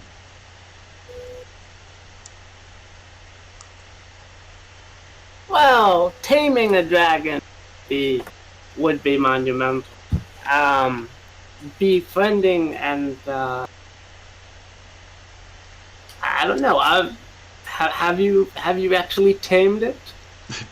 Is it your friend? I would say we've more subdued it. Rest of the Maaug has a name, unlike some spirit cats that didn't introduce themselves when they first met. Maaug was polite and said his name. Lair. When we first met, you didn't ask my name, so I didn't ask yours. Yeah, but you know my name. You literally just said, "Hello, Phoenix." It's cheating if you already know my name. Maybe you don't know my second name. Do you know my second name? No. See? I knew it. What's your second name? I don't have a second name. That's how you knew it. Ah. Trixie. Me? Tricky? Nah, I've definitely never tricked anyone. Ask anyone that we've come across. I never trick anybody, right, Adrian? I'm as straight-laced as they come. I lie and say, yeah, that's true.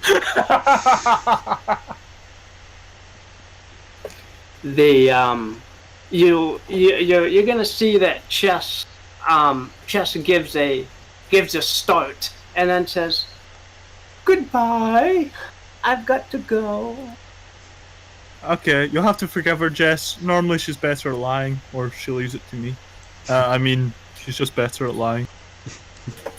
Have fun, Jess. Bye. Bring me some Fred next time. He's gone. You need to try some of that Fred, though. It's weird. Oh, sorry. As Chess vanishes, a ghostly figure of it doesn't look good.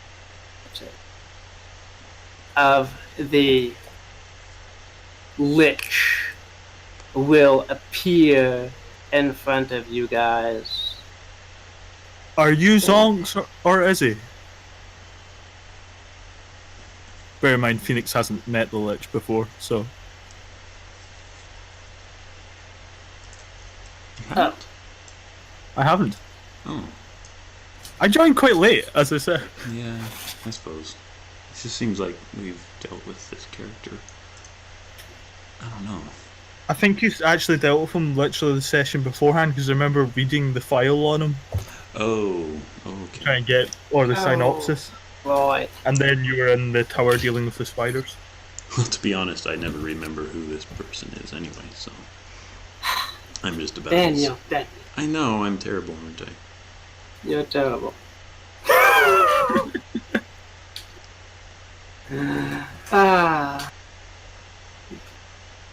The shadowy figure of the Lich will peer across at you, Phoenix, and will say, "Hell is in chaos because of you, band of adventurers. You know how long it took me to find the former Prince of Gluttony and get him to tell me what happened? You're making more work for me." Given the size of the guy, I can't imagine it took very long. I mean, he's like half a story. Do you know how big Hell is? No, I can't say I've ever visited.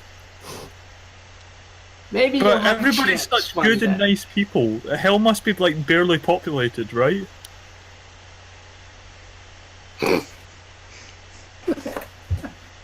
No, Hell has legions of demons. Anyway, that's not important right now. But you brought it up! It's important for me, not for you. Okay. What is important for me, however, is are you Zogs? And or is he?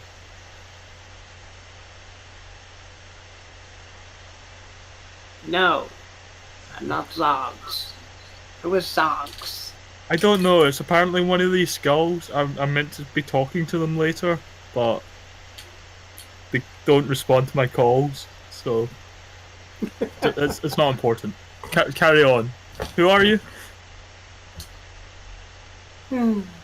I am Vecca, the worst lich in the world. Hi, Vicky.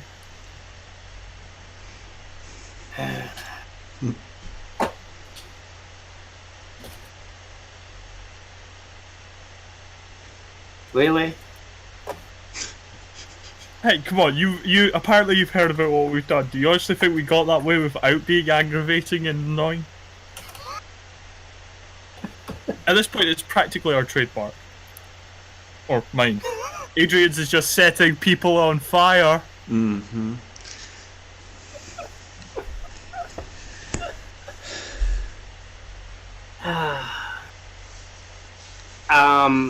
The ghostly figure of Vecca here will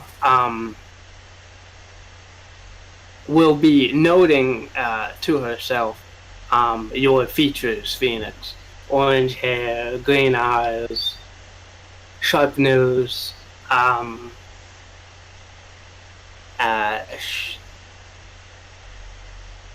she will say that I can give you an opportunity to be on the winning side, my side.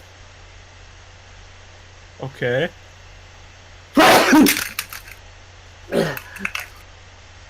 Bless you. It is pretty entertaining to watch this in person, by the way. The sneezing. What can I do for you? I'm always happy to help sides, winning or not. Stop interrupting my plan. You interrupted the whole organization of hell. So stop interfering with anything. Just go to a bed somewhere and sing songs, and then when it's all over, you can do whatever. But until then, that's pretty much all I did, and hell kind of screwed itself over. I was sitting, minding my own business, casually walked up to this big crowd. Apparently there's this kind of revolution going on. I sing some songs, I do some dances. Next thing I know, I'm standing in front of a king, bargaining for his life between the altar queen. And shortly thereafter we have a party. You said I should go to parties, so I'm just doing what you ask. King of Hell comes himself, we have a chat, he decides he's not going to come here anymore. I'm basically already on your side, kind of. Some slight tweaks.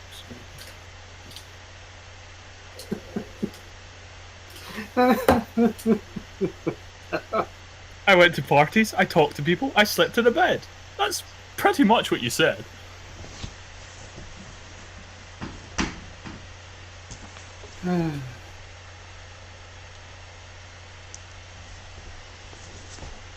And you, Miss Wizard over there. Mm-hmm. Unlike the bard, I would have an active use for you if you would have any interest in being on the winning side of this conflict, because I will win.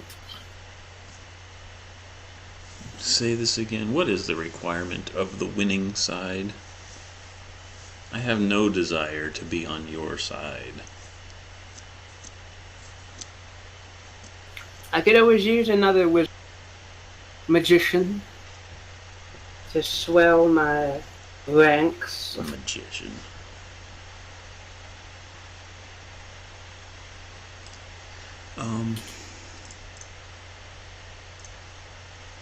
Magicians are just parlor tricks.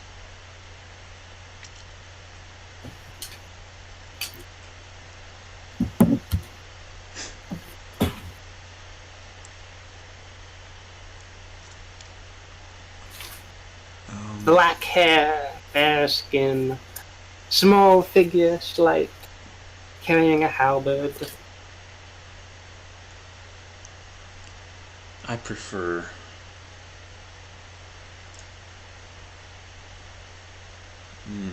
No. I prefer not to be subservient to anyone, I say.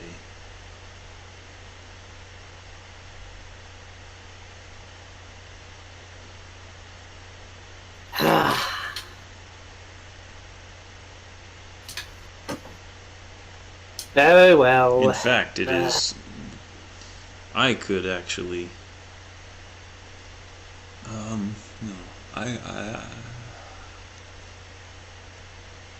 I am more inclined to imagine a world where you are my servant.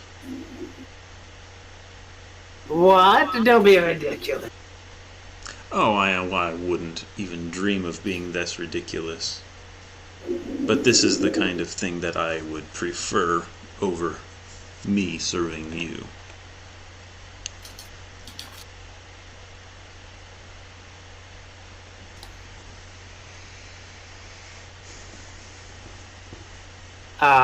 The Lich will give a snort.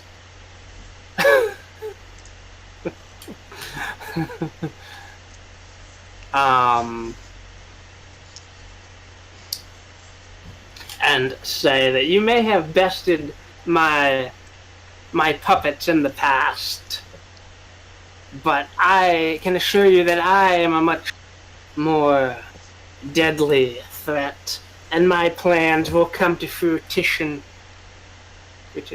Fruition. Really? Yes. F-U-R-I. Yeah, it doesn't look like it should be pronounced that way, but yeah, it is. Oh, okay, fruition. My plans will come to fruition, and your world shall be finished. This is the weirdest recruiting pitch I've ever heard. Why on earth would you want that to happen?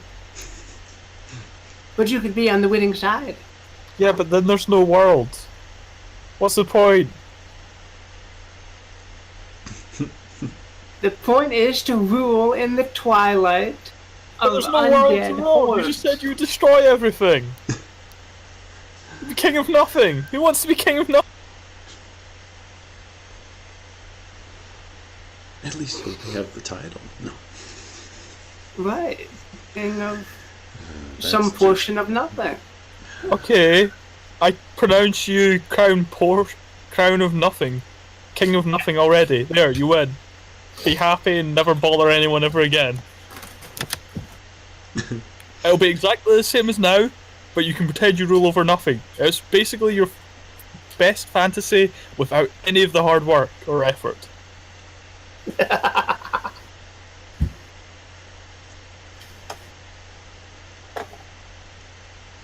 You will hear from me again. Oh, not more lawyers. Fades away. So, Adrian, Mm-hmm. he waggles his eyebrows. One of your exes? No.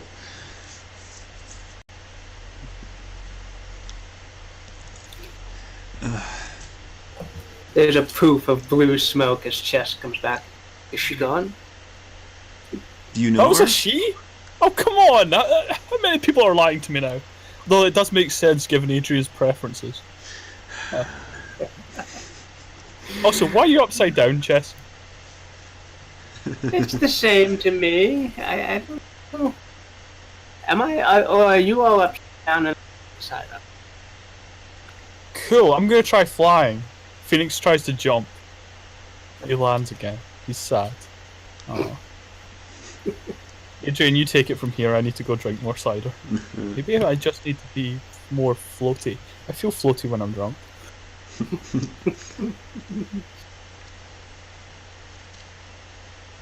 You know this creature, then, I say, turning to Chess. I wouldn't say I know her. I've clashed with her a few times, but I wouldn't say I know her. Well, any advice you would give us to avoid her in the future? She doesn't seem like particularly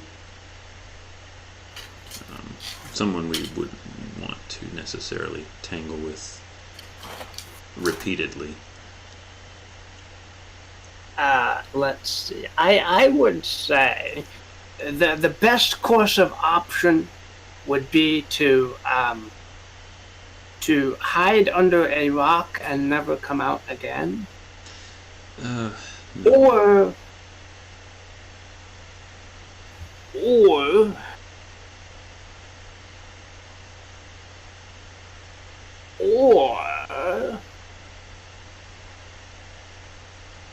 I raise my eyebrows at the repetition.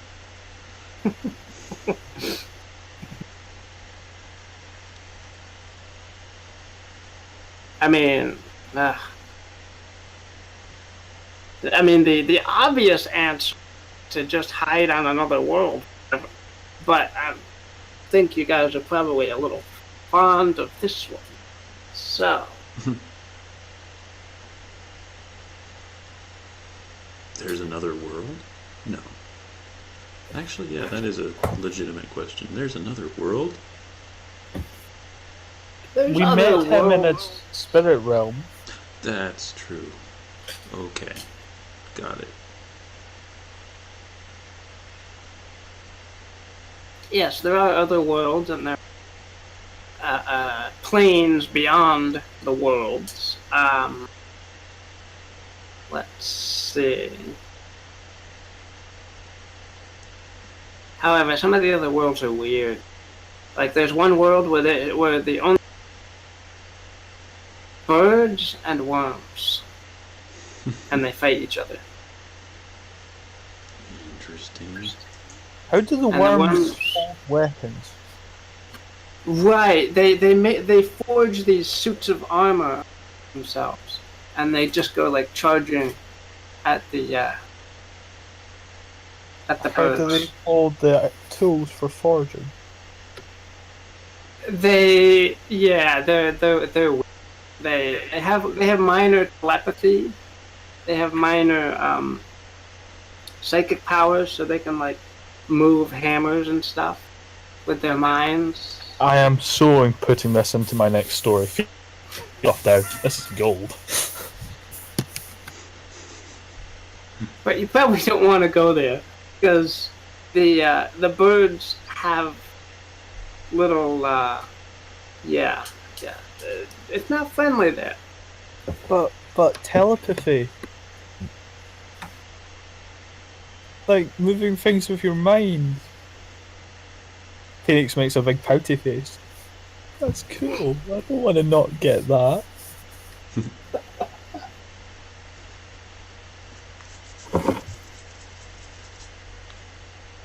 There's another world where everybody is an anthropomorphic animal. Everybody's an ant? Animal. There's like cat people and dog people and I know what it means out of character. I highly doubt Phoenix does. okay. Everybody is an animal. Huh.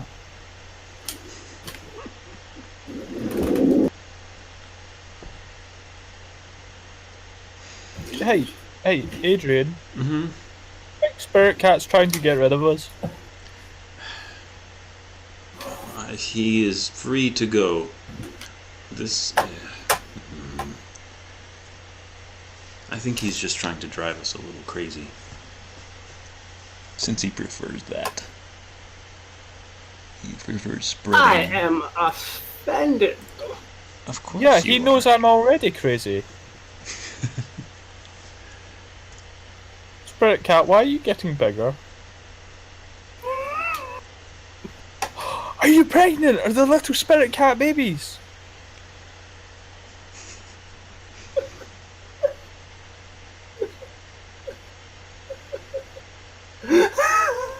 Wait, Adrian, what did you do? I did nothing. You go to a I corner to promise. drink for 5 minutes and you impregnate Spirit Cat? No! What are you talking about? Deviant!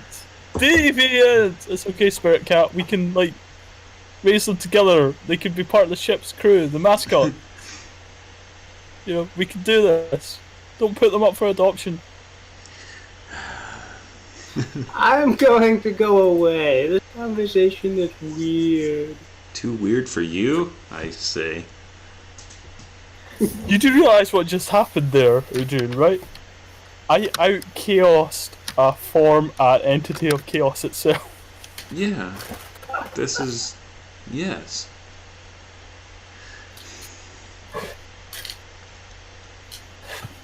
She shakes her head in amazement. Next, puffs his chest up in pride and takes another drink. Then coughs and splutters a bit because he's still got that weird effect from the smoke from before, and that he's really struggling to handle his drink currently. You hear a roar from the dragon. More! The cook comes running in, grabbing a loaf of bread and running off. It's ironic, with a name like Grab Knots. And he gestures to him running in, grabbing the bread. Yeah. You should be Grab a Lot. Why do people not name their children correctly? Well, he is a goblin or troll or something. We can't expect that much creativity from trolls. What should my mother have named me, huh? Cook Grab a Lot. Or Cook Great Food. See? These are good names. Like, look at Adrian, for example. Adrian's parents got it right. Adrian Fiddlelay. She fiddles her lays all the time. Ask the weird leash thing and the spirit cat. And probably that gnomish woman. It looks like Jeff.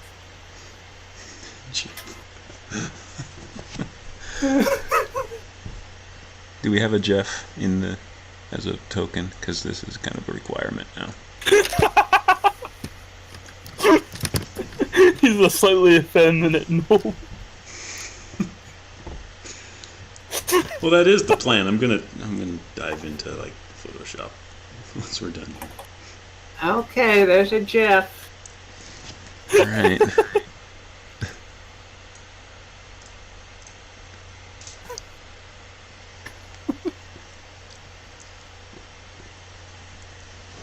Oh, gods. Bagsy, that I'm not telling Corvus what happened this session. But somebody else needs to do it because I'm not going to keep a straight face. Yeah. That is a very good point.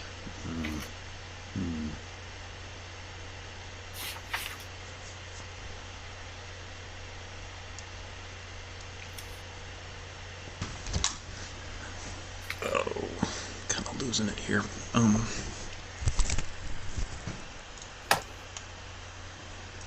And we are going on 3 hours. Good grief.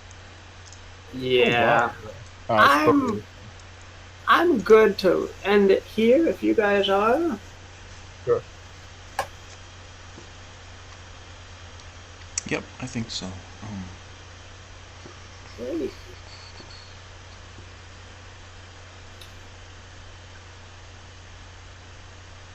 Ooh. Okay, both of you made failed rolls this time, so you get 1 experience for that. Alright. Everybody gets, let's see, did we loot an item? Did everybody loot an item? I got that adamantine shield and the amulet of undead speaking. Yes, you did. Adrian, did you pick up anything this session? Oh, no, other than a dragon, but no, not really. Right. Okay. Alright, so, I guess 1 experience for Phoenix for picking up those items. Overcome a notable enemy? You kind of overcame you gained a dragon ally, so yeah. I'd say convincing some half enemy to switch sides is overcoming. He was overcome with greed. Yeah.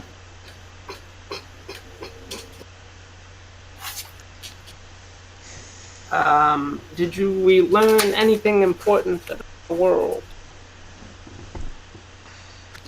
That there's a lich, and he apparently has some kind of master plan that we're screwing over by just partying and sleeping. Yep. And we That's also important. learned that immortal chaos cat actually has a name that it prefers other than spirit cat. Yes. That seems pretty. Oh, and we learned about 3 out of 7 of Adrian's evil exes. Oh dear. Alright, anybody fulfill their bonds with people? Bonds, no. I only have one, and that had to Corvus. Had to do with Corvus. Oh, you should write up some more bonds, man. I should. I never configure them out, though. That's the thing. I have a bond with Adrian for I wish to make Adrian more aware of the impact of her spells. I think, seeing how you've deliberately avoided Fireball for a couple of times now for your re-suppression, that I have made you aware of the impact. That's I probably think that's safe. reasonable, yeah. Yeah. And, Adrian? Do you have any bombs? I do have a couple, not anything that's like... I have one... Oh, come on. One. It's way too specific. Phoenix will give me that orb one of these days. One day. One of these well, days. actually, technically, you fulfilled that bond because I can't give you it anymore. It belongs to the dragon. True, it's over with, yeah. Oh, okay. That then.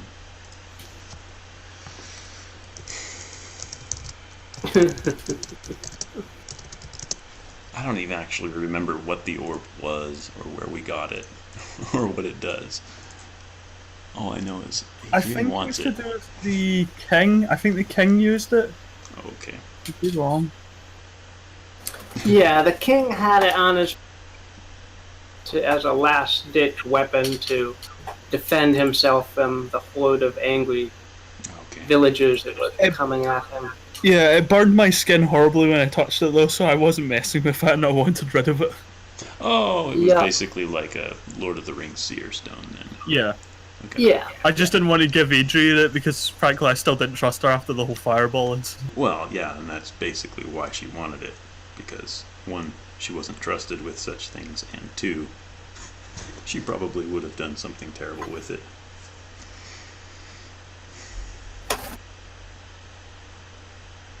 And not minded. Mm-hmm.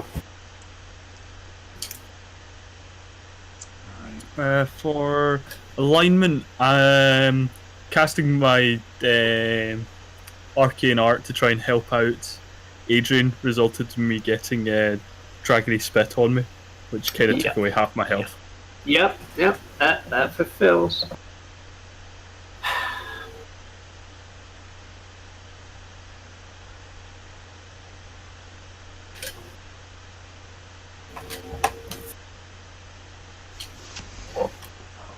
Adrian, what constitute a magical mystery for you? What would? Or what did? We didn't solving the fact of the missing items because we didn't know what it was. We thought it was a ghost. That's a magical mystery. You've discovered it was a dragon. I like that myself. I mean, I'm pretty happy. The wings! We forgot to give the wings back to Mist. Oh, I assumed it just happened before we left. Yeah, that's true. I wasn't going to make a big deal out of it because it's just like, here's your wings. Fly, fly. Right. Well, we could have, like, completely forgotten it and just taken them with, and next thing we know, we have a snake meeting us when we land. Well, like, hey, it's more. The original plan was actually to get her wings so she could come along with us, because I thought a flying serpent would be cool, but you one up that with a flying invisible dragon, so I didn't feel it fair to try and bring along the flying serpent as well. We could do both. Yeah, but could you imagine trying to keep the two separate after one had stolen the other's wings? It'd just get messy. It would get messy.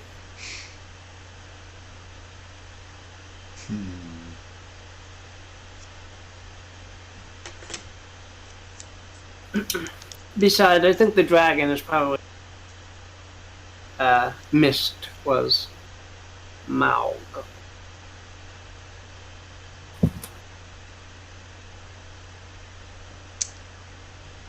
Say this again? I think Maaug would be more.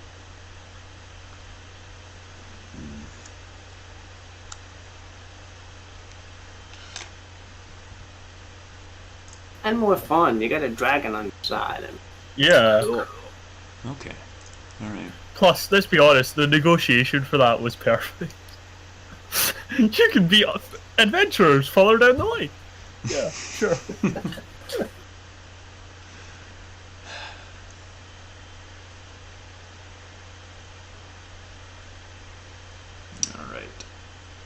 Alright, guys, I'm gonna quit there, but that was a... I did not expect the session to take that turn, but that was... that was pretty cool. That is a good goal of every session, is to make sure Sean doesn't know what the heck is going to actually happen. I was actually going to ask that. How often do you predict what happens in these sessions? Like, really? Pretty much never, yeah. Yeah. Given up. I mean, no, no. Take, like, all the surprises that happened last session, like, okay, how do we have this work? So, you know, the Banshee was still existing, so I was expecting that to be killed last session, but it still existed, so that was... Yeah. That was something I could work with, and so I just adapt. I mean, we don't have any... I mean, we have... There's like an overall idea of what globally will happen, but, I mean, there's not really the minor details of it. Yeah, well, you gave up on that because, I mean, when you put in, like, 3 weeks of prep time, and then we just smash it all in 15 minutes, and we're like, nah, let's do something else. And you hear this wail of despair that, oh no, I spent so much time on that. And I'm like, well, sorry. Well, I mean, the prep time is... Bertok, do you... wow, Daniel. Hmm? Do you remember the swamp? The swamp? With the...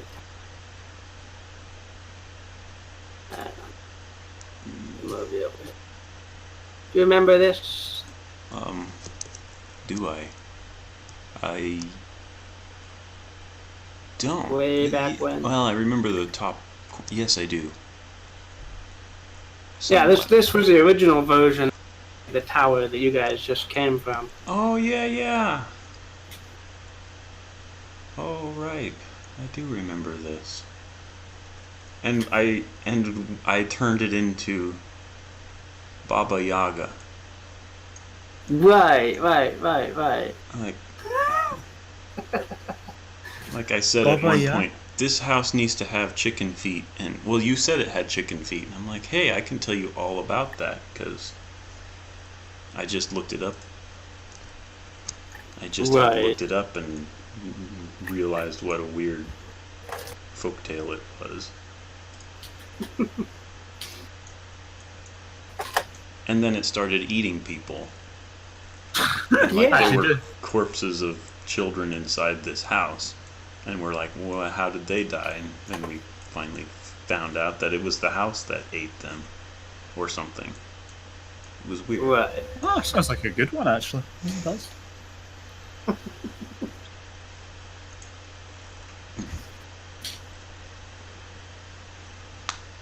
Well, thanks for playing, guys, and thanks for taming the dragon. That's always fun.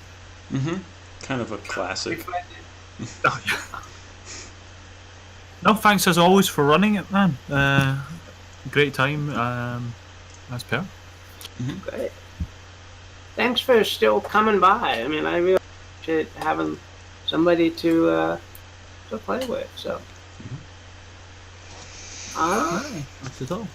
And See, I'm not yeah, sure it should be across the Sundered World stuff. I tried to open up on the Google Docs, but I'm not sure if it worked because I'm not exactly familiar with Google Docs. But Right, I haven't looked at that link yet.